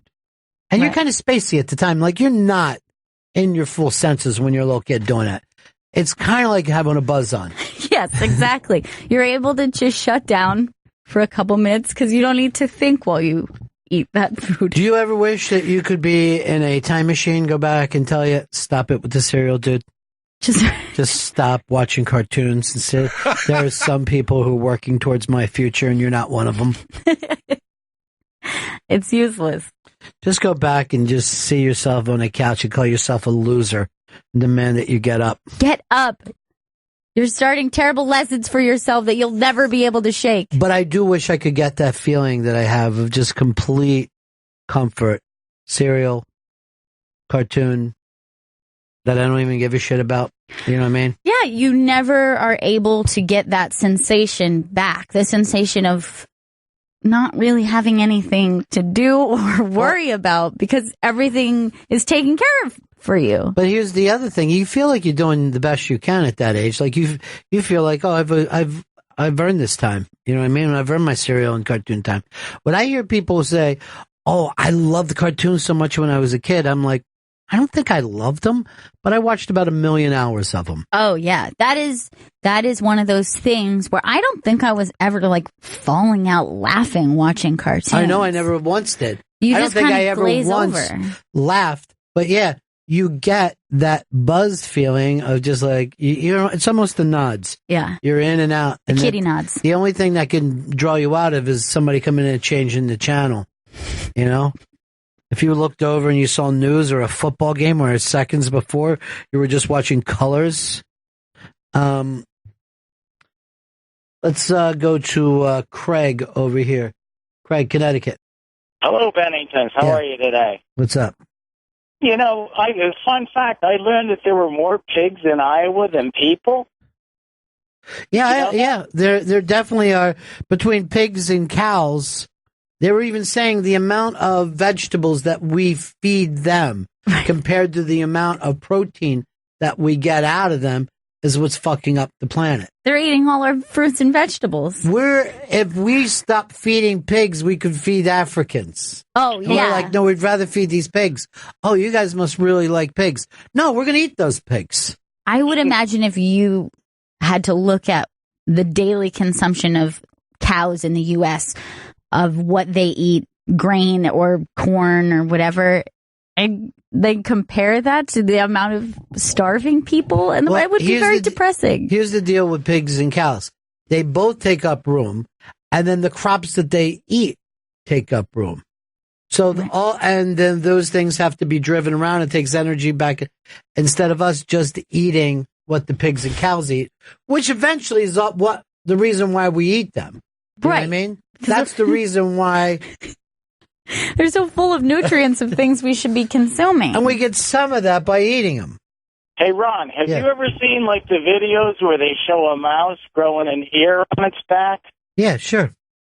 Well, so they'll have, like, a pig growing some kind of animal off its back to feed us. Or you go back to the classic Charlton Heston movie, Soy and Green, where he goes, Soy and Green is people, it's people. Wait, what are you talking about? I eat Soylent Green. What's in there? I thought it was just green stuff. Oh, boy. I hope that's not true, because I find it so delicious. What they should have just shown is a bunch of people looking up for their bowls of Soylent Green and going, so? Yeah, I knew that the whole time. You know, every time fucking that man, Charlton Heston, got in any kind of a sci-fi thing, he was in trouble. There was either monkeys talking or fucking people food. Yeah. Nothing could just work out normally. No one ever went to like, hey, the future's great. I'm here. There's no futuristic movie where they're just dealing with everyday problems, just like a family drama. Is there? It has to be like, but that's it's true. Like Jetsons type technology around them. Is there a sci-fi comedy where almost like a sci-fi rom-com? Right. Like it's not necessarily important that it is in the future, but it just happens to take place in the future. Just to show you that nothing really changes. Yeah, it's not that weird. I guess Her was somewhat of a rom-com, but to me, it was a scary sci-fi future. Right. Where fucking robots are getting more information on us. So much that they can make us fucking pop a nut instead of fucking paying attention when we're being taken over. Here's our friend Laurie in Yonkers. Laurie, how are you, darling? Hey guys, I just wanted to put you on to this veggie burger place that opened up in the East Village because it could be your new Meatless Monday option, so you could eat a little lower on the food chain. See, here's the thing. We got to walk past so many cheeseburger places just to get to that. Yeah, and that's going to be difficult. You'll get on the sticks, you'll go directly to this place, and you will not turn your head at another cheeseburger again. This place is so good. Now, you a full-time vegetarian? Lacto-ovo. I eat the eggs, I eat the cheese, I eat the cake and ice cream. I do not eat meat or fish. All right, so we get eggs, cheese. And then when you say you don't eat meat and fish, you still have some chicken, right? It used to be my favorite. I love poultry, but I have given it up. And I'm even kind of limiting the cheese and stuff I eat just to kind of, But you could have like a little piece of chicken. Yeah.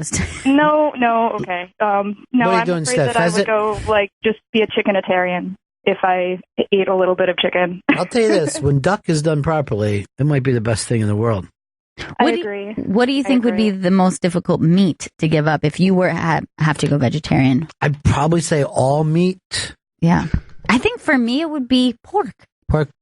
Well, there is something to that because the last things that I have kind of tasted on, an annual basis just to participate and stuff with my family has been like Christmas morning bacon and, a little tiny sliver of ham. It's been years since I've even had a craving to do that. Gail, your aunt was almost along these same lines for a lot of years. Yes. And then she started eating meat because her blood was poor or something. Yeah, I think that it was not good for her. I mean, now she's much more pleasant a person. I mean, she was a very unpleasant person. She needed the meat. It was required. But I think, I think certain body types, you're going to have to have meat. I think, I mean, I don't know if it's true, but you've seen those blood type diet where they're saying, you should have specific things. Though. You think so? Yeah, I heard they were. I heard the whole thing is made up. Maybe there's something to the melon thing, though, because we had some correspondence with the blood type melon thing. Multiple melon dislikers. That's right. And I'm O. And someone said, I've heard that O, like something about their blood type. Melon does not I want to say it was them. Ezra. I think it was better than Ezra. But what if you found out that bacon wasn't good for your blood type? Yeah, I don't know if I could give it up. They say that. Does anybody really choose this stuff based on health reasons? No, I think it is pretty rare. I haven't once. Which brings us back to Superiority Burger, which is fatty, laden with sodium, and not an everyday food. But you got to try this place. I would try it, and I like the idea of doing a meatless Monday. What I do now is I try to limit the once a day meat. You don't need to have meat for breakfast, lunch, and dinner. What else is there? There's nothing else. What would you have for lunch? For lunch, you could have you could have a salad or a sandwich or a rice has bowl. Meat in it. Well, you could have a vegetarian sandwich. That's not a that's a salad with a side of bread. See, here's the thing. I'll go try this vegetarian place, but I gotta be starving before I go in there. I can't go in there and just had a nice lunch that day. Right. Yeah, if you're starving, order two because the sandwich sizes are petite so that you can order a lot of sides. So everything that you're saying about it is terrible. So it's vegan finger foods is what you're telling me. Well, this is the thing. I order one and a side. Larry orders two and a side and then goes back for a Sloppy Dave, which is their version of a Sloppy Joe. But this chef was but this is another thing David Del Posto. He's a serious Michelin star chef who wanted to go off and do his own punk rock restaurant. It's awesome. What's the name of it again? It is called Superiority Burger, and it lives up to it. And does it taste like a burger? It looks It good. tastes like heaven. Oh my God. They stick them under the salamander to toast the Munster before they close it up and wrap it up. And they get all their greens from the green market in Union Square. And it's blissful. Oh, they make their own gelato and sorbet. It's insane. Right, I'm going to definitely try it. That looks delicious. It looks like a burger. It does. You probably should have fed it to us without telling us. You said, look, I got you guys some burgers. Because you got to appreciate it for being vegetables. Like it does. It's made from grains, beans, veggies. Yeah. So it's worse than a burger. Just say it, and that'll be okay. It is better, but it is not the same. Okay. Then they should never call it a burger. That's how they fuck up, by acting like it's the same thing. It's something different. You're experiencing something different. I've felt that way about certain faux meat products where I'm like, it's not that it's bad, but it's not close. They're really. trying to be too close to an analog. Like, I think what really got me into vegetarian cooking was stopping trying to go with that plate full of 2 vegetables and a meat. You know, and I still kind of do buy the frozen meat, frozen chicken with fingers and things, just because it's super easy. But you got to kind of look at it like an entirely different cuisine with a different, I don't know. Well, Gail, you could easily go on the Blue Apron vegetarian. Yes, I already do one of the 3 meals as vegetarian. Yeah, but you skipped the healthiest thing of the week. True. Yeah, you're just in it for the pizza. Yeah, you know. but she definitely does it to skip out on the fish. I did it all for the pizza. Maybe this superiority burger is something I will do on a day where I've already had meat and it's time to do my 2 vegetarian meals. Although I should be honest, I'm talking about Monday through Friday. Weekends I'm allowed double meat. Oh, is that right? So I should not brag. It's not that good, but it's a start for doing less meat. All right. Talk to you later, Laurie. Okay. Bye-bye. Bye-bye. Hey, Travis, in a new place called Cortland. Chris, Cortland?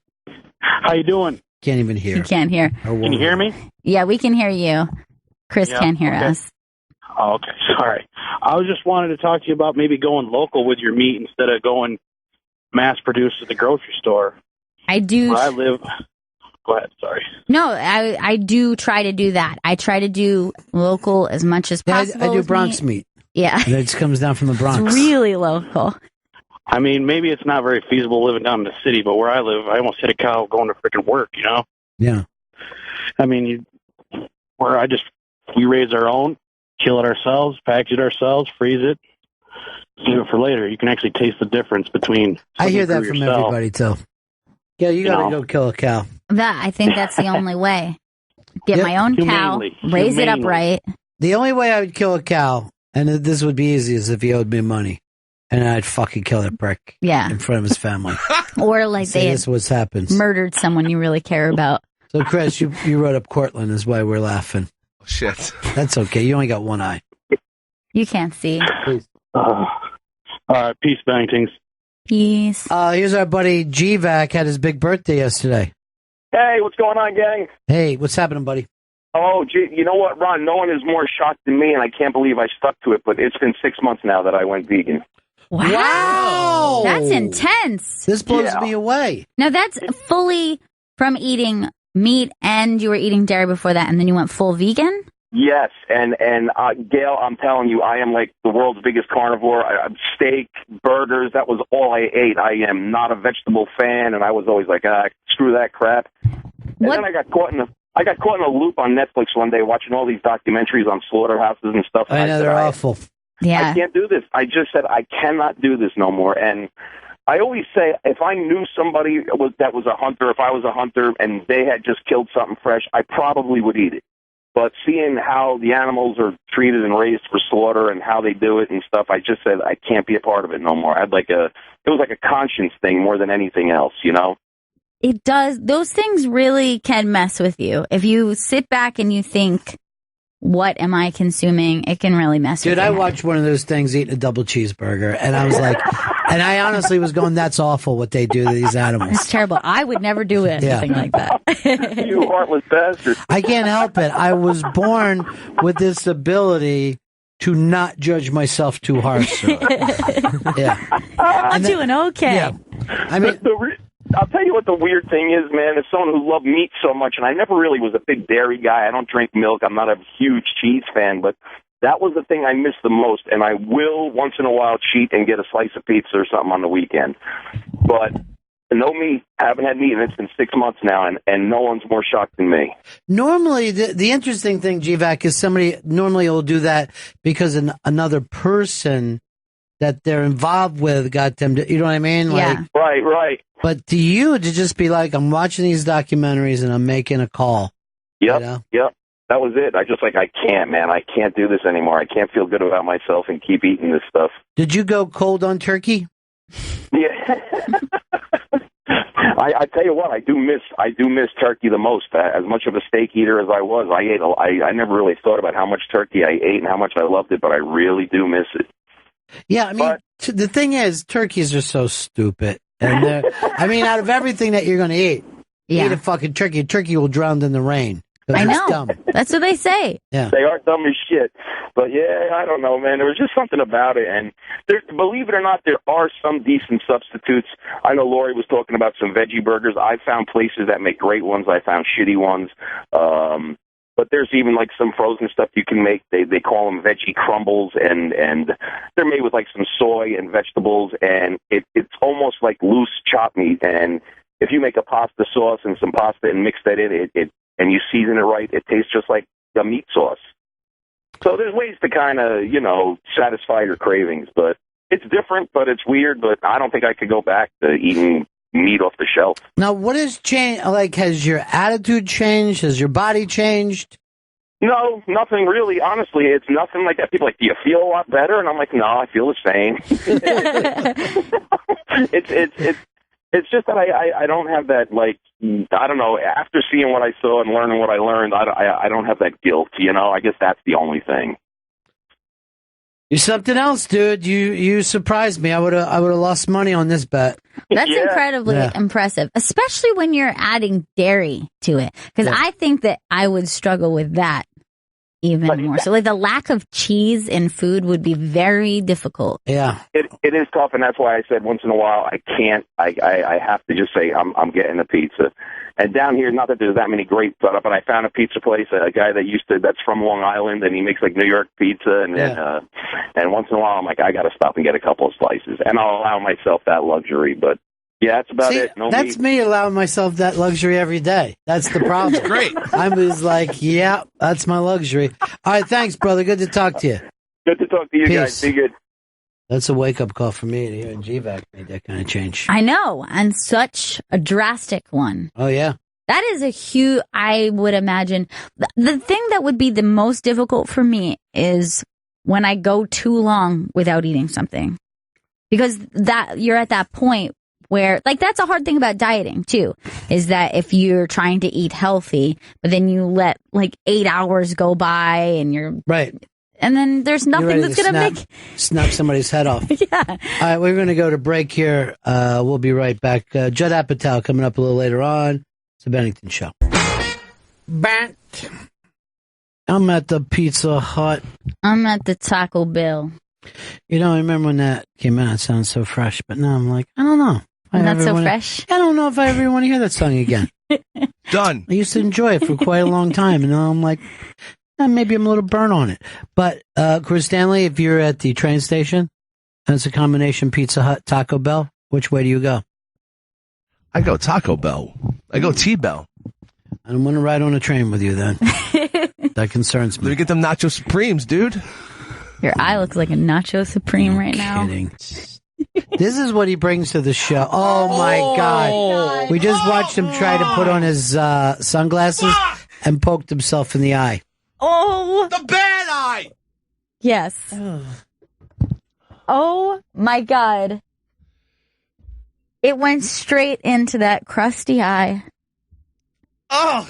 It's another thing that needs to be disinfected now. Add that to the list. Please don't rub the hand sanitizer in your actual eye, Bill. Doing the hand sanitizer, baby. Hey, It's the big bonsai contest for the Super Bowl. We can all stay connected during the Super Bowl. Your chance to win a signed Emmitt Smith ball. All you got to do is be following the iBang Twitter account that day. Go over to the iBang right now and check out how you can play the 5th annual #Bonsai contest on Super Bowl Sunday. Win, and then you can say to that kid in your life, I got you signed Emmitt Smith ball. And he goes, how? You'd be like, I met Emmitt Smith at a bar, and he and I were playing darts, and I whipped his ass, and he said, I'm going to give you a ball. You are under no obligation to tell the truth. Never tell the truth to children. They believe in Santa Claus. They're morons. Yes, they're dumb. They don't know how anything works. Use that against them. Use that against them, and then try to find weird viral videos and force them to watch it. Yes. That one Chris Stanley got obsessed with the freak fish the other day. Oh, God. That thing I'm sending that to everybody. And they're going like, how do you find all the best shit? You think I'd turn around and tell them I'm getting it from Stanley? No. I'm acting like that's so disgusting. Okay, what am I looking at here? That's Stanley's ass just dropped out. Okay, like the pink ass. That looks like some combination. Pizza Hut and Taco Bell. Yes, that is what that is. It looks like you have taken, I guess, a flounder, a frog, and then one of those sea creatures that look like a penis ejaculating, a sea cucumber on the end of it. That's what it looks like. I don't know what it's doing or how are they even saying that's a fish, Chris? It looks like it's got frog legs sticking out of the top of it. I would have to see a video to believe it. I don't know if I can believe the picture. How much? Throw that on the grill and just eat a nice filet. I would eat it right now. Oh my God. And then there's some sort of a weird knob, almost like a human nipple or something on one side of it. What is that? It's flat like a flounder at parts of it. It's a foot long, but it has the creep feet with toes. I think where those aren't toes. Well, it's got what looks like weird little frog legs sticking out. But I feel like somebody burnt them at the bottom too. Then it has like strange side fins, and then a very weird phallic ending to one side of the fish. Here's Jesse, New Mexico. Hey, how's it going this morning, gentlemen and lady? Hey. I just downloaded Periscope because I'm tired of missing all these crazy things Chris is doing. Yeah, he's doing a lot of them. I guarantee it'll be a crazy Chris weekend because this is his last weekend. I guarantee he drinks right up to showtime on Monday. Oh, God. Chris, it stops at midnight. It has to. Yeah, he'll be definitely out of rehab. When you come into work on Monday, that's when Monday really starts, right? I kind of think sunup begins the day. I feel like even 4:30 is last night. I like that. If I feel like, all right, I'll put it this way: if I can't get to sleep and it's 3:30 in the morning, I'm not telling people I didn't get any sleep today. I said I didn't get any sleep last night. Right. That's still last night to me. You didn't pull an all-nighter. Yeah, I pulled an all-nighter and then the beginning of an all-dayer. Up to 12 o'clock till it was technically done being night into the new day. I have been awake all day. Yeah. It's terrible. No one's going to care. Oh, you should be awake in the day. Me too. You don't understand the dark part of the day. All right, so you got Periscope now, right? Right, I got it now. All right, so you'll be able to see Chris Stanley and his pink eye, stink butt, gambling, rambling, scrambling, life. Follow at the iBang on Periscope. So you go inside the Periscope app and then search for at the iBang. No, At the iBang. Are you going to be, Chris, you just do a Super Sunday or is this a Super Weekend? Are you going to be going out, throwing footballs and doing stuff like that? Like they do? Can I have my own media week? Some pre-parties. Well, you got the pro inductions, the all-pro, all-time Hall of Fame inductions. Now, here's the deal. Kenny Stabler, the old Raider, is up for it. Today, the doctor shows up. I looked through his brain. It was filled with legions. This could have only come from playing with the Raiders. He gave his brain over to science for them to look at, something he and his wife had talked about. They figured it was the best thing to do. They gotta put him in the fucking Hall of Fame now. The guy's brain's all legioned up, and it's in some fucking mayonnaise jar in Baltimore. Yeah, you owe it. You owe it to the man. You owe it to the man. First of all, you owe it to him for being the snake. It's an awesome He was nickname, the best. man. He tried to tell the children of the 70s, hey, just because you're working out doesn't mean you have to stop drinking and doing other things. They always let on, right? Yeah, we were drinking, but that's not all. And we were like, we know what it all is. We know what it all is. Oh, they get down. The great Kenny Stabler, who really, people are like, well, he only won Super Bowl. Yeah, because he was playing when the fucking Steel Curtain played.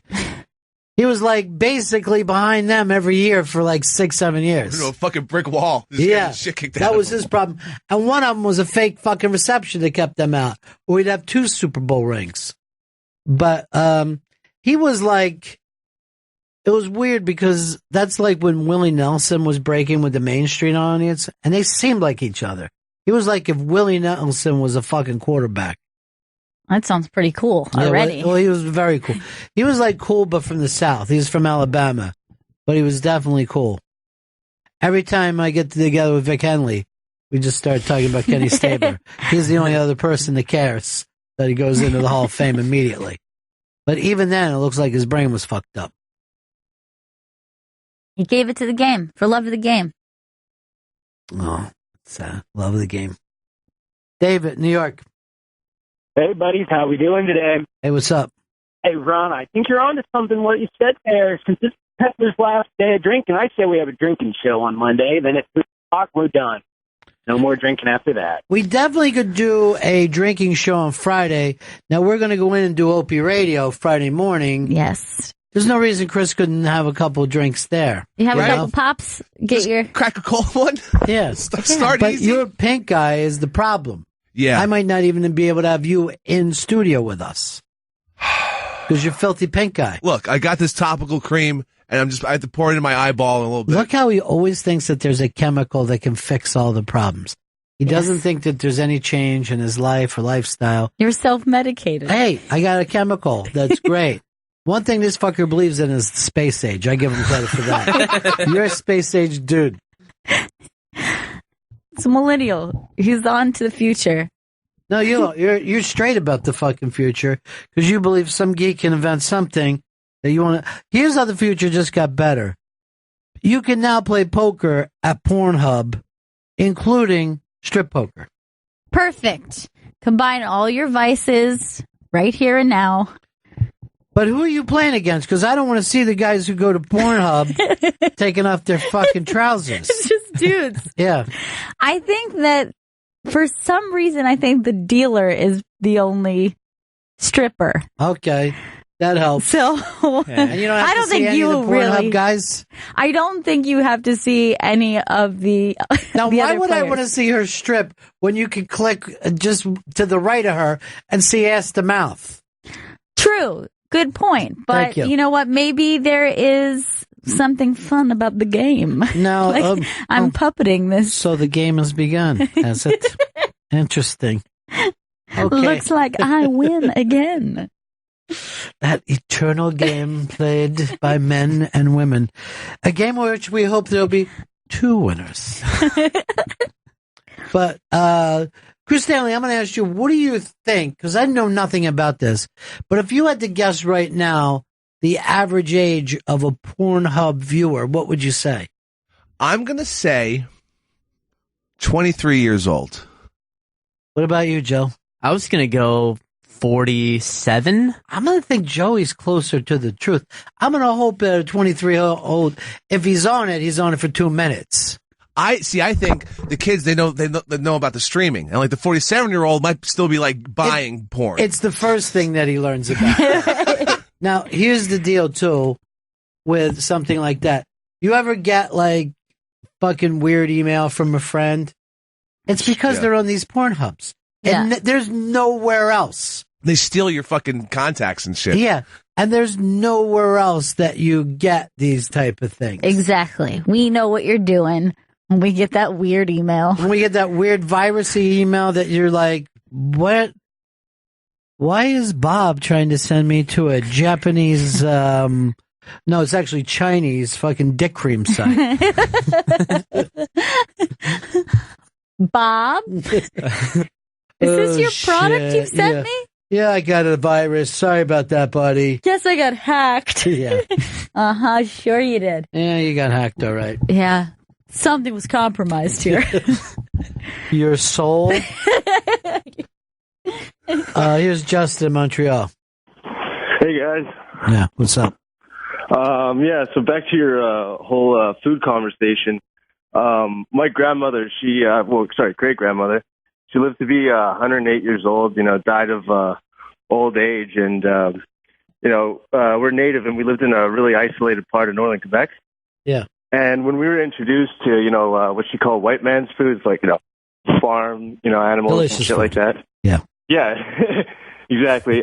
She said that's when we started having, really bad BO and started getting sick from, diabetes, Alzheimer's, and cancer, because we never had that stuff before. Makes you wonder if they even need a toothpaste, right? Like, if they weren't eating any sugary products and stuff like that, maybe their teeth were just fine. Right. Yeah, no, they used pine trees to just basically pick their teeth. Yeah. And salt, too, right? Like, salt helps clean the teeth. I've heard of that. I also heard there was a tribe that lived near Montreal, and when the explorers first came, they noticed that everyone had just fucking immaculately white teeth. And archaeologists found out that there was a fluoride deposit upstream, and that's why they all, That's wild, right? That's so weird. Yeah. Like, how they pull that off? Those French guys were showing up. They've been eating fucking sweets and drinking wine and everything for just purple stained teeth. Yeah. But that's great that you knew your great grandmother too, though. Oh yeah. She I was still young when she died, but she was a cool lady, and my grandparents, they were really the old breed. They were tough people. I'll tell you, I wouldn't say I had any great grandparents, but I had some pretty good grandparents. They were okay. Yeah. Yeah. I remember the first time I met my great grandfather. I'm like, what a letdown. I thought this guy was going to be amazing. And he sells fruit out of the back of a truck. That was his job. And then the way everyone bragged about him. Oh, the fruit he gets. Oh, he supplies most of the fruit in the 7th Ward. I'm like, really? I think I'd be like, I'm 7. I bet I could do his job today. The only thing standing between us is a driver's license. That's it. I can sit fruit. Anyone want any fruit? Oh, his fruit's the best fruit. Not bad fruit at all. There's never a bruise on that fruit. Here's Ron, Florida. Hey guys, just been catching you all about the last month or so. Love the show and just want to say keep up the good work and appreciate you being on the air. Thank you. That's a very nice thing to say, sir, on a day that we could all hear it, That's very kind words. Yeah. Not a problem. We're not even sure if we're going to do this much longer, so we appreciate you calling in and catching it while you could. I think that after that, I think everyone's feeling better. Let me tell you, pink eye is just sweeping through our little community. It's running rampant, and I think it has us all weak right now. Well, we're all worried about this new mosquito AIDS that's going around. Zika. If anyone's going to get Zika first, it's this asshole. I think he already has it. I think that this is actually what the pink eye is from. He's got the Zika. I was thinking about that today when I woke up, and I realized, oh my God, I have fucking pink eye. Is this a Zika thing? Dude, how long have you either been bruised or sick or whatever? It's pretty much been months. If you list the ailments since we began the show. Here's what happened. The day Fez got on an airplane, Stanley started to get hurt and sick. And I'm afraid to lose him now. Because, you know what I mean? Oh, yeah. There's a fucking 1 in 4 chance after that it'll be one of us. Who's next after that? Battered, but not beaten. That's what I always like to say. Dude, you're too young to fucking even have that as a saying. Shouldn't be your personal you know what I saying. mean? You would basically... I'm on the wrong side of 30, Ron. 30 is not that old to be saying that statement. Well, considering that on the average he's got another 50 years to go, not that old isn't even where he should be right now. Because you've made people who are like, they're in their 70s, and you know what? I feel great.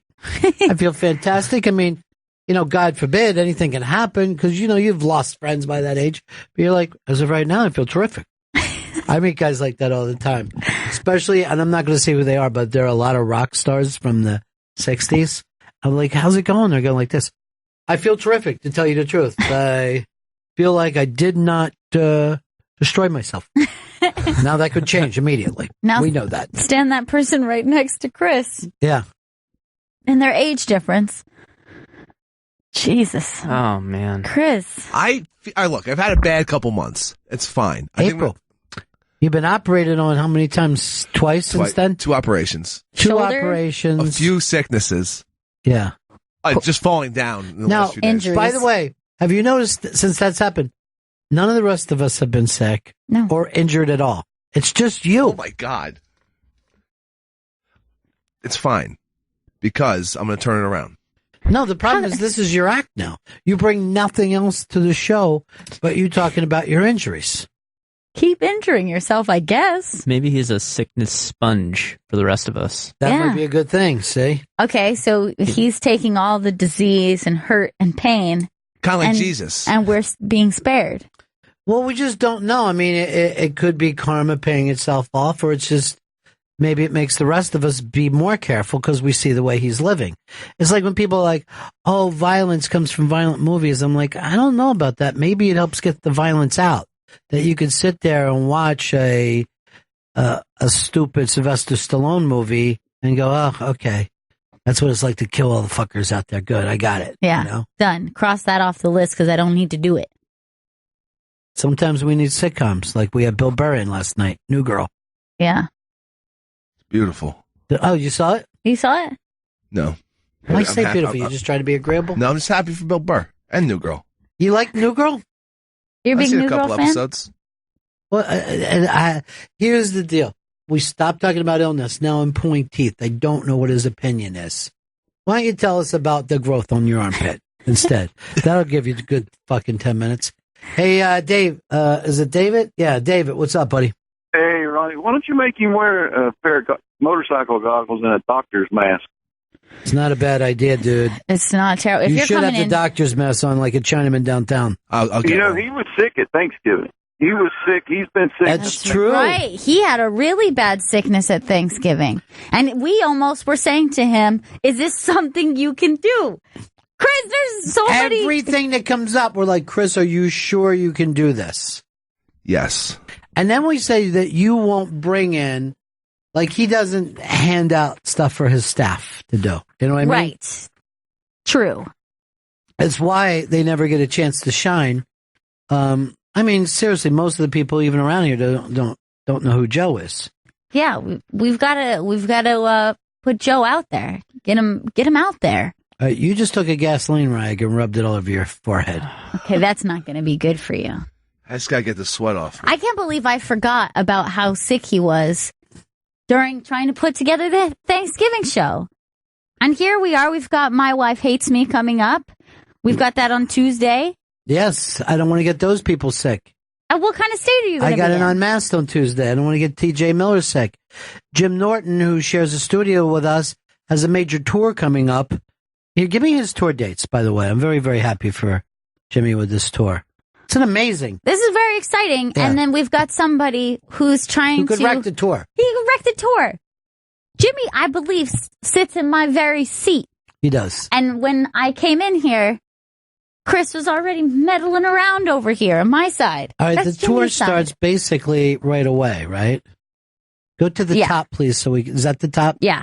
So Louisville, when? The 4th? Yep. What's today? Today is the 3rd. I think. All right, so Jimmy's starting a tour, and you're walking around here sick.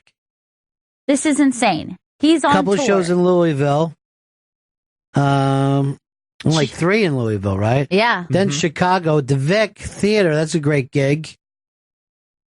Oh, this is a really cool theater. It's really cool. It's really big. Milwaukee, Portland, Maine. Portland. Boston at the Wilbur Theater. That's All right, I don't even want to look at anymore. Foxwoods he's playing. Go to, is it jimnorton.com? Is that where we're at for this? jimnorton.com/tour. Leave that up in case I want to go back to it at any point. Yeah. But if anything happens to this tour, Chris, I'm blaming you. That's going to be your fault. I don't want to get anyone sick, and I had no interaction with Mr. Norton, and we're gonna make sure this place is spick and span. He just said I had no interaction with Mr. Norton. None whatsoever today. Yeah, let's turn this into a courtroom instead of people talking. Ladies and gentlemen, I implore you, look at my eye. It's hideous. Look away. It's horrible. What was the, oh man. So last night I'm trying to sleep. Make this mistake and turn on Turner Classic Movies, right? I should never turn it on. No. Because there's always something worth watching. And I have The Verdict with Paul Newman. And I'm like, fuck, I forgot this is a great movie. There is a woman who's in that movie for, please don't go to it, for 7-8 minutes. It's the only thing I've ever known she's done. And she is one of the best actors I've ever seen in my life. Really? Yeah, have you ever watched the movie? No, I have not. I'm going to watch this. How does someone not know the... I think this is the only film he's ever won a best Oscar for. I'm going to check it out. Yeah. You'll love it. I'm going to love it. I Do you know. like a good alcoholic has to take on a case against a giant legal firm that never loses? Yeah, obviously. And keeps drinking and is in over his head, but won't give up because this is his last shot. Yes, that sounds exactly like Of course. And that the people he's up against is the Catholic Church. Yes. Mm-hmm. You never saw this either, Joe? No. Chris, I'm going to ask you as my last person. I have not seen it. Let me just also say this. Have any of you guys ever heard of Wilbur Montgomery? No. No. I don't know if I can do the show with you guys. Don't give up on us, We don't have the please. same reference points. Don't give up on us, please. The We're here Verdict to... was a 1980s movie. Wilbur Montgomery was running back for the Eagles many years. He was small but feisty. We're here to learn. Don't give up on us. I'm not the teacher. I'm not the professor. And yet we're the student. And in this case, it seems as the student has become the teacher. And so, the student becomes the teacher. This is algebra. Exactly. Teach me, children. I'm drunk and disheveled. I always like a teacher that was obviously drunk. Yeah. Heavy. No longer gave a fuck. Oh, yeah. I had a computer teacher that got wasted every day. He just pounded Guinness. I had a teacher that would always do this.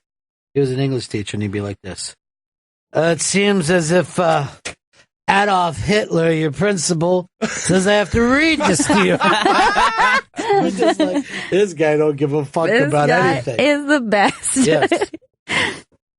The brown shirts thought it would be an interesting thing for me to read this off to the rest of the class. A terrible teacher to you when you were a kid is the best kind of teacher. Yes. And then you have no appreciation for somebody who, like, years later, you're like, God, what an intelligent, patient person who tried to be tough with us and teach us some things. But during the time, you liked some substitute teacher who let you just fuck off for the entire period. I like any teacher that you know how to get them to stop talking about school and into something else with a quick, who do you think killed JFK?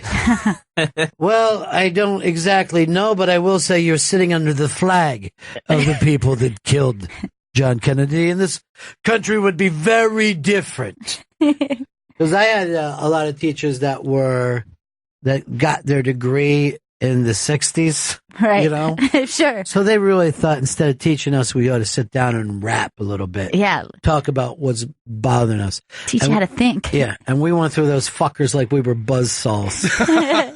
Their open hearts were fucking hopeless against our shitty, stupid attitudes of youth. Now we know you can't help a child. If anything, you should probably lock a kid in a room, throw a book and a flashlight in there, come back in a couple of years and see whether it worked. you learn anything yet? Did they figure it out, or was it a matter of constant coddling that goes on for generations? One good thing about working here, you're allowed to smoke.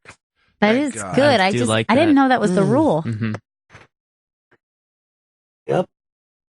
It's the rule, all right. This booth should be goddamn Chris. sauna. He's in full wrestling gear. Yeah. I just had to take the shirt off. Yeah. Yeah. It's just so hot. Next, take off the skin. Now, could you imagine if we had the Ford phone screener in there? Not only his big guy, but his wardrobe. First of all, no place for a young lady. She's texting her mom. I think he's going to grab either a medicine ball or some Indian clubs because he looks like a fucking 1910 health enthusiast. I'm happy with that. But that should be your summer look. Do you ever get that white skin tanned? If I go into the sun, it just burns. If I go into the sun and don't put fucking sunscreen on, it fucking burns. So you're either blistery burnt or incredibly white. Yep. I only got 2 phases. I mean, I am pale as fuck. And my dad was incredibly tan all the fucking time. Yeah, he's not your dad, dude. I don't know. We looked alike except for the skin. You have one thing. I have a feeling he was probably your dad's brother. All right. He probably didn't know that you weren't his kid. Right. But yeah, probably related still. But there is a big difference there. I mean, he's downright swarthy in the picture that He's a swarthy Native American man. Yeah, he's great. He was great in fucking the second season of Fargo when he killed all those guys. All right, we got Judd Apatow coming, but first, let's remind everybody, you can go over to the iBang, win at the Super Bowl. While Chris is losing, you can win at the Super Bowl. The rules are up. It's the bonsai contest. We've been doing it for 5 straight years now. The bonsai contest. That's when there is an interception. You tweet us. First person in under the rules wins, sign Emmett Smith. And Chris, I imagine you are going to be doing a pre-scope, right? Of course, I will be pre-scoping. Of Why course. don't you also do this? Yeah. Do a bonsai scope. The second that there's a bonsai, Yes. Got it. you immediately scope. Oh yeah. As soon as I'll just fucking have that phone ready. As soon as that fucking interception happens, it's on. Yeah. Another thing I need you to do, get a hold of your friend Dave, do a cease and desist of him using any of my emails as part of his video podcast. I'm just afraid he's going to hit Chris with a cease and desist on Pink Eye. And Dogsy and all the other things that he does. Parallel Let thinking. the rumors swirl. That's what he kept saying. Here's what he kept saying. I was dying. I was vaping last night with a very attractive friend of mine. Let the rumors swirl. And I'm fucking cracking up. Trying to figure out who he's vaping with. And I'm like, please don't be somebody from Jersey I don't know. Somebody from your radio station. It's got to be someone you know. If he wants the rumor swirling. Yeah, the rumor was swirling with me. Hey, Judd Apatow has a new series. It's called Love on Netflix Friday, February 19th. Joe, you, and Gail, and even Chris are going to like the hipster love angle of this. Ooh. It reminds me of all your lives, including the fact, Chris, there is one character, and she is a satellite radio producer. What? Yes. Gail, did you get the line? What line made you laugh the hardest? Well, it's funny enough that she hates her job as a satellite radio producer. Oh, I love this job. Is that a friend of hers who works with her says to her, come on, don't lose this job. It's the easiest job in the world. And I swear to God, I think I heard Christina telling Chris that before. I love this job. I'm all in on Love. Do you love it because you think it's the easiest job in the world? No. Is that what it's it is? It's not easy for him. That part came up and I was dying. I would love for you to see it. I would love for you to see it. Yeah, me as well. All right, so Mr. Judd Apatow, Love on Netflix starting Friday, the 19th. You can't get any bigger than this, gentlemen. This is Judd Apatow. Judd Apatow in studio with us. The new series Love premieres on Netflix Friday, February 19th. Go to Netflix.com for more information. Good to see you again, buddy. It's good to be here. You know, another project, and to me, this is a little different from anything you've ever done before. I guess it is. I mean, it's an interesting time in television because you get so much freedom at places like Netflix, and this gets to be a really deep exploration of a couple. And a lot of times you make a movie and you have to have them meet and have a problem and wrap it up. But I always want to know what happened the next day. I want to know where Seth and Katherine Heigl are the day after Knocked Up ends. So I love the idea of just digging deeper and deeper and deeper. Well, particularly in comedy, if you have a cop story, you can't really spend an episode of the guy hanging around the pool or whatever. Exactly. But in terms of comedy, all the best comedies, I think not a lot happens in terms of action. We're living a life with these people. Yes. And what I wanted to explore was those moments in between. You meet someone, and then there's the few days where you're waiting for them to call. What happens there? And there's that moment where you go on a date, and afterwards, how did you feel about it? And at one moment, are you a couple? There's that kind of vague in the middle periods, and so we thought, what if we just followed this day by day? The first season is basically, I don't know if it's exactly, but it's like 10 days. Mm-hmm. It's 10 episodes in 10 days. Well, the pacing of it feels like an independent film, like an independent romantic comedy. But because it's a series, that gives you even more time to spend with these characters. So you really get to explore a lot of those little details that get swept over when you first meet someone. And I hate the compression of movies sometimes. Yeah. Because you're like, I've got one scene to show that person at work, and then one scene to show how they act with their friends, and so to have a series where those things can become an episode or multiple episodes is great. I remember when I saw Modern Romance by Albert Brooks. That film was the first time that I saw, this thing, this thing is playing a little more like real life. It's messier. Mm-hmm. It's kind of screwed up. And yet it was the first thing that felt to me of like being in a bad relationship. Yeah, I think movies like that and Heartbreak Kid and Goodbye Columbus were big inspirations to all of us in the types of romantic comedies that we make. Because, we do like those disastrous romantic comedies. But I never thought that would take place in a television setting. Like Norman Lear, everybody, he's such... But he was really forced into so many rules of network TV. Well, this is like if Knocked Up, was a series. If you could just show the next day, and how'd they do with the baby, and did they stay together? And and that was one of my intentions, was to not have it just be, the tied up in a bow movie version, right?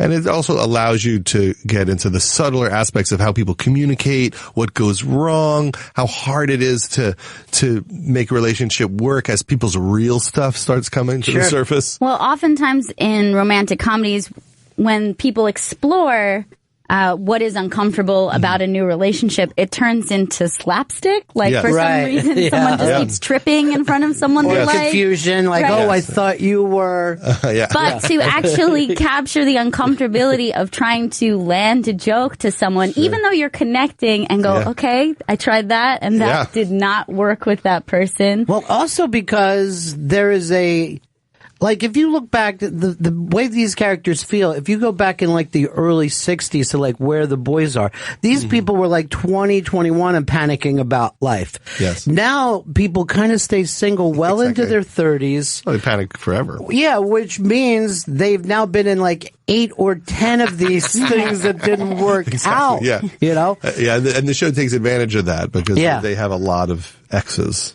But I think it also sets up a thing that I know in a lot of friends, that they start to get so good at being single, right? Yeah. Living a single life and having their own life. Why get into a relationship? Sure. And I don't think any generation in history has had that question. Yeah, that's true. People like their setup. Yeah. Right? And, you know, also you meet a lot of people when it's time to have kids, and, you know, they really struggle with letting go of, you know, their routine. Right. And then that is true because you've set up something that does actually work in terms of getting you through the day. I mean, and it really does come down. I think that's why I like that there's an AA set up in this, because that thing of one day at a time is literally life. Is one day at a time. Yeah. Anytime that you think of long-term goals in life is where anxiety comes from. Yeah. Yeah. I guess that's the AA thing of, you know, people just trying not to drink today. And if they think about the whole time, it's like how I feel about cake. You know what's funny though? There's more cake around than booze and drugs. That's the truth. You know, that's one thing you can do is stay away from Coke, but you cannot stay away from cake. It's everywhere. Now, whose concert dates are behind me, behind you on that wall there? Yeah, this it looks like that's a nice tour. Yeah, it looks like that's Jim Norton's. Jim Norton's got a good tour there. Yeah, he's got a February 19th, the Wilbur Theater in Boston. That's a good one. Yeah. Well, he's doing very well for himself. According to those theaters, those are good theaters. You're back into stand up and do it regularly. You're at the Cellar all the time as well. It seems like you are busier now than at any other time. Yeah, according to my wife, that would be true. The TV thing has kind of snuck up on me because it was always so hard to get a show on or to get the freedom to do what you wanted on TV. And then all of a sudden there's so much need because of Hulu and Amazon and Netflix and HBO and Showtime. There's so many places and they need stuff. And it's been impossible to say, I'm going to sit this movement out. Right. Because to me, it's all about making things. And I'd love to make, more things. And I have friends with great ideas and I'm able to help protect them and help them navigate these systems. So, we have, Love, and then we're doing Girls, which starts airing in February also. And then we just got a pickup to do the Pete Holmes show Crashing for HBO. We're going to start shooting that series in May. And so that should be enough. Right. Unless to keep me busy. Something comes along. Yeah, exactly. It's cool. But it's a great time. And so it allows me to collaborate with a lot of people that I believe in. Well, you take Pete and he's such a talented guy, and he had that talk show that I think was amazing. His talk show. I thought it was so great, and I thought if they would have just waited 15 minutes, it would have turned whatever corner they were looking for, because he was the only guy that was doing something different. That's right. And the sketches were incredible. The sketches were great, and then one night you would turn on the show and it would be something different completely. And then I thought new material Seinfeld is the funniest thing that's happened on TV. I mean, that was one of the things it reminded me of when I was young watching Letterman of hoping something, like, isn't it time they brought that bit back in, But, I was thinking about that with Dave. Of course, he just went off the air, but he had less restrictions than Carson had. Yes. And then the kids now have less restrictions. Sure. Of all. But I don't know how many more times I don't know if there's going to be a Carson again. I don't know if there's going to be that thing where the whole country. Yeah, it seems like those days are over, which is, which is sad too, because it was nice when people could connect with these common media experiences. Now it's just football or an award show. Yeah, football seems to be the last thing that we all see it at the same time. But I also think because of that is what keeps us from having another Beatles, because those kids in that time saw it and then had to wait to the next day before they saw their friends to discuss it with. Or it explodes so fast. It's like Adele's Hello.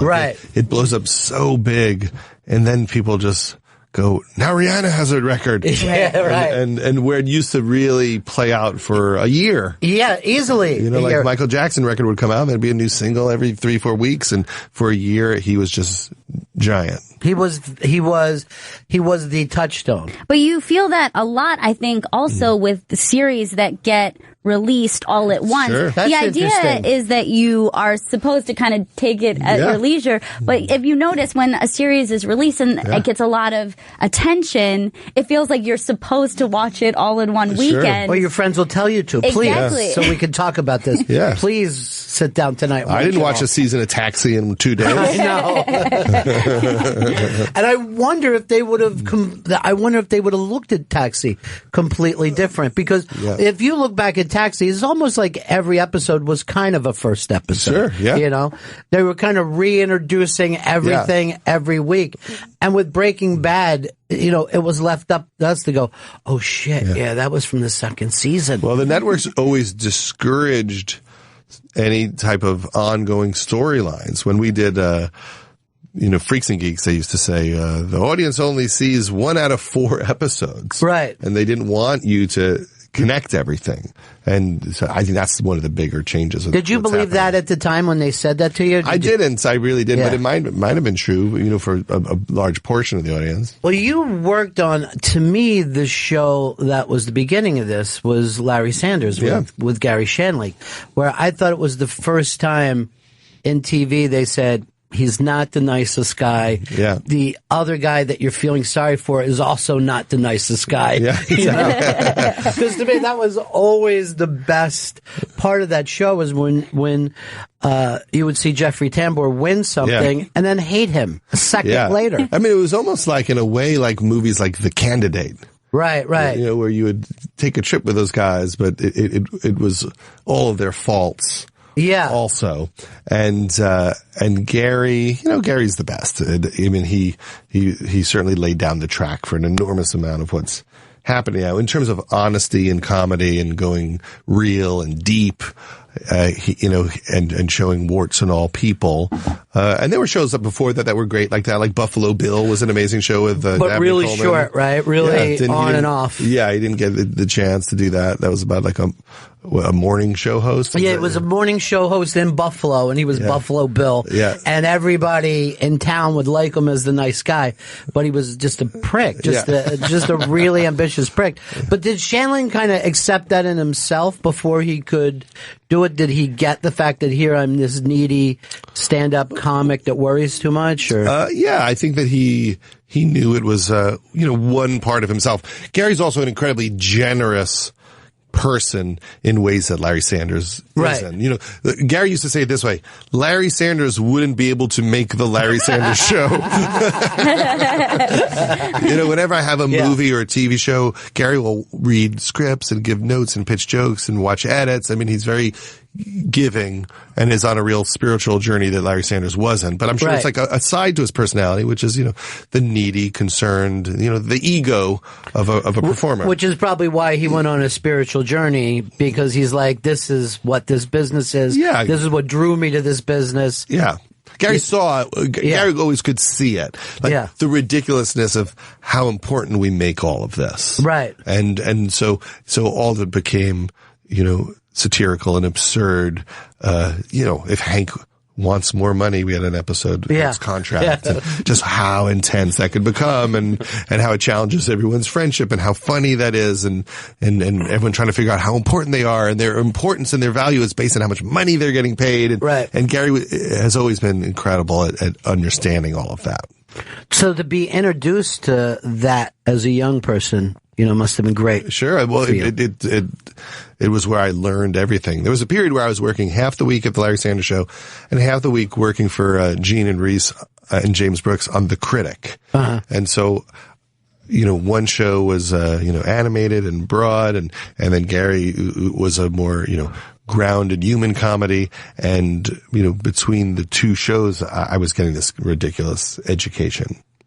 But you came kind of, unlike a lot of people, you came to comedy because it wasn't just about you, but you love comedy as a whole. And also, I think with comedy, it's the strangest thing that you think, okay, this is the breakthrough moment and it's going to go in this direction, but it's just one of the many colors. If you, like, sometimes I look back at Bill Hicks's career and you think that would have been a starting point for everyone. Yeah, that there would be more Bill Hicks. Yeah, that there would be more Bill Hicks. Yeah, and then there never was again. Yeah. I mean, I guess you could say, Jon Stewart, right? Is someone that talks about those issues, and Trevor Noah, but in terms of a very unique, brilliant, angry comedian with a very strong style. We need more Bill Hicks. There are not a lot of political comedians out there. I mean, I'm in clubs all the time. I don't hear almost anyone talk about politics in the clubs, which is a sad thing. But I always loved it, and I was lucky enough when I did my book Sick in the Head, where I interviewed comedians, to get to interview a lot of those people. In fact, just the other day, I interviewed Mort Saul. Mm-hmm. And Mort Saul is in Mill Valley, and once a week, every Thursday, he does a live show, and then he puts it on Periscope, and you can watch it. And he's hysterical. He's in his 80s, and he's funny as ever. Yeah. Funny as ever. And so we're going to do some extra interviews for the soft cover, and then probably a sequel to that. But see, Saul is another one of those guys that's so fascinating to me because he just came out of nowhere. I mean, people were telling... He invented that form. Yeah, my wife jokes and stuff like that. And he would come on stage with a newspaper under his arm. That was his prop to kind of tell the audience, I've read this, I've thought about this, and now I'm going to kind of explain it to you, and I trust that you're going to be able to follow it. That was just this crazy leap ahead. Yeah. Crazy leap ahead. Yeah, and he said it was hard. It was hard to get people on board. It took a while, but he's so smart and so funny. And yeah, people should follow him on Periscope. I watched his show the other day, and I was really blown away by how funny he was. Did he start in the Village? Is that where his? I think he. Was it San Francisco? I think that San Francisco was where he started the Hungry Eye. Yeah, and the owner of the Hungry Eye really believed in what he was trying to do and supported him and helped him and gave him a lot of stage time. And then he was also part of the scene here and played in all those clubs. The Hungry Eye, by the way, one of the great names of anything that's ever happened. All those names, the Purple Onion, the Blue Angel. I mean, we don't have places like that. And the only thing that I knew of them was the back of album covers. Yeah. So I always remember thinking, first of all, this thing is great. But second, where's this place at? Yeah. And who are the people who found this? It always seemed to me that the comedy audience was incredibly hip, that they could even find a place called the Purple Onion and know where to go and then be able to get this thing that's taken me a while to listen to a couple times through to get every reference. I was watching this Mike Nichols documentary that's going to be on HBO soon, and it was really great. And they were just talking about how their first gig, they got a job opening for Mort Saul at the Blue Angel, and then they said that sometimes Mort Saul would just want to go on earlier, and they wouldn't go on because Mort was like, "I'm ready," and then they got a job like in a club like next door, and it was like them and Bill Cosby, right? And that's just, I guess, what was floating around the Village in those days. Yeah, Woody Allen was there, Joan was there at the beginning of her. Yeah, even David Steinberg was like the kid of that. But I went back and watched some Nichols and May stuff after he passed, that kind of a weird shock that this guy was gone. But I remember thinking, well, this is too sophisticated for today. You know what I mean? Like, this stuff is so smart, so funny. It really all holds up perfectly. Yeah, it does. But there's this expectation that the audience is going to get it. Yes. So when we sometimes when you get you act like, well, comedy isn't here or there. I think it has a lot to do with the society of the time, because a comic is going to want to get laughs from that audience. Yeah, absolutely. If you're doing a gig in front of a bunch of bikers, you're going to suddenly be, doing angel dust material quickly. Judd's new series Love premieres on Netflix Friday, February 19th. All of the episodes come out The same. Exactly. And I believe the same week, I think Girls comes out. And then a month later, the Pee Wee Herman movie, which I produced, is on Netflix in March. Would that to have the chance to work with him, who was another guy who did something so bizarre? Yeah, I mean, one of the true originals. I mean, you have to go back to W.C. Fields and the Marx Brothers to think of what category he is in, and he made a great movie with this director John Lee, who's brilliant, and Paul Rubens wrote it with Paul Rest, who is the star of Love. Oddly, that's how Love happened, is we were working on the Pee Wee Herman movie and started talking about this TV idea. And I think people are really going to like it. It's like what you hope this Pee Wee Herman movie will be. Right. I remember the first special that he did. Too. That was like a parody of a kid's show. Yeah. So the fact and a little dirty too. Yeah, and a little wild. And he's singing Sly and the Family Stone, and then later that same guy is doing an actual kid's show. Yeah. It was the most wild thing. Judd, nice to see you again, my friend. Nice to be back. I'll see you next time coming through. Thank you.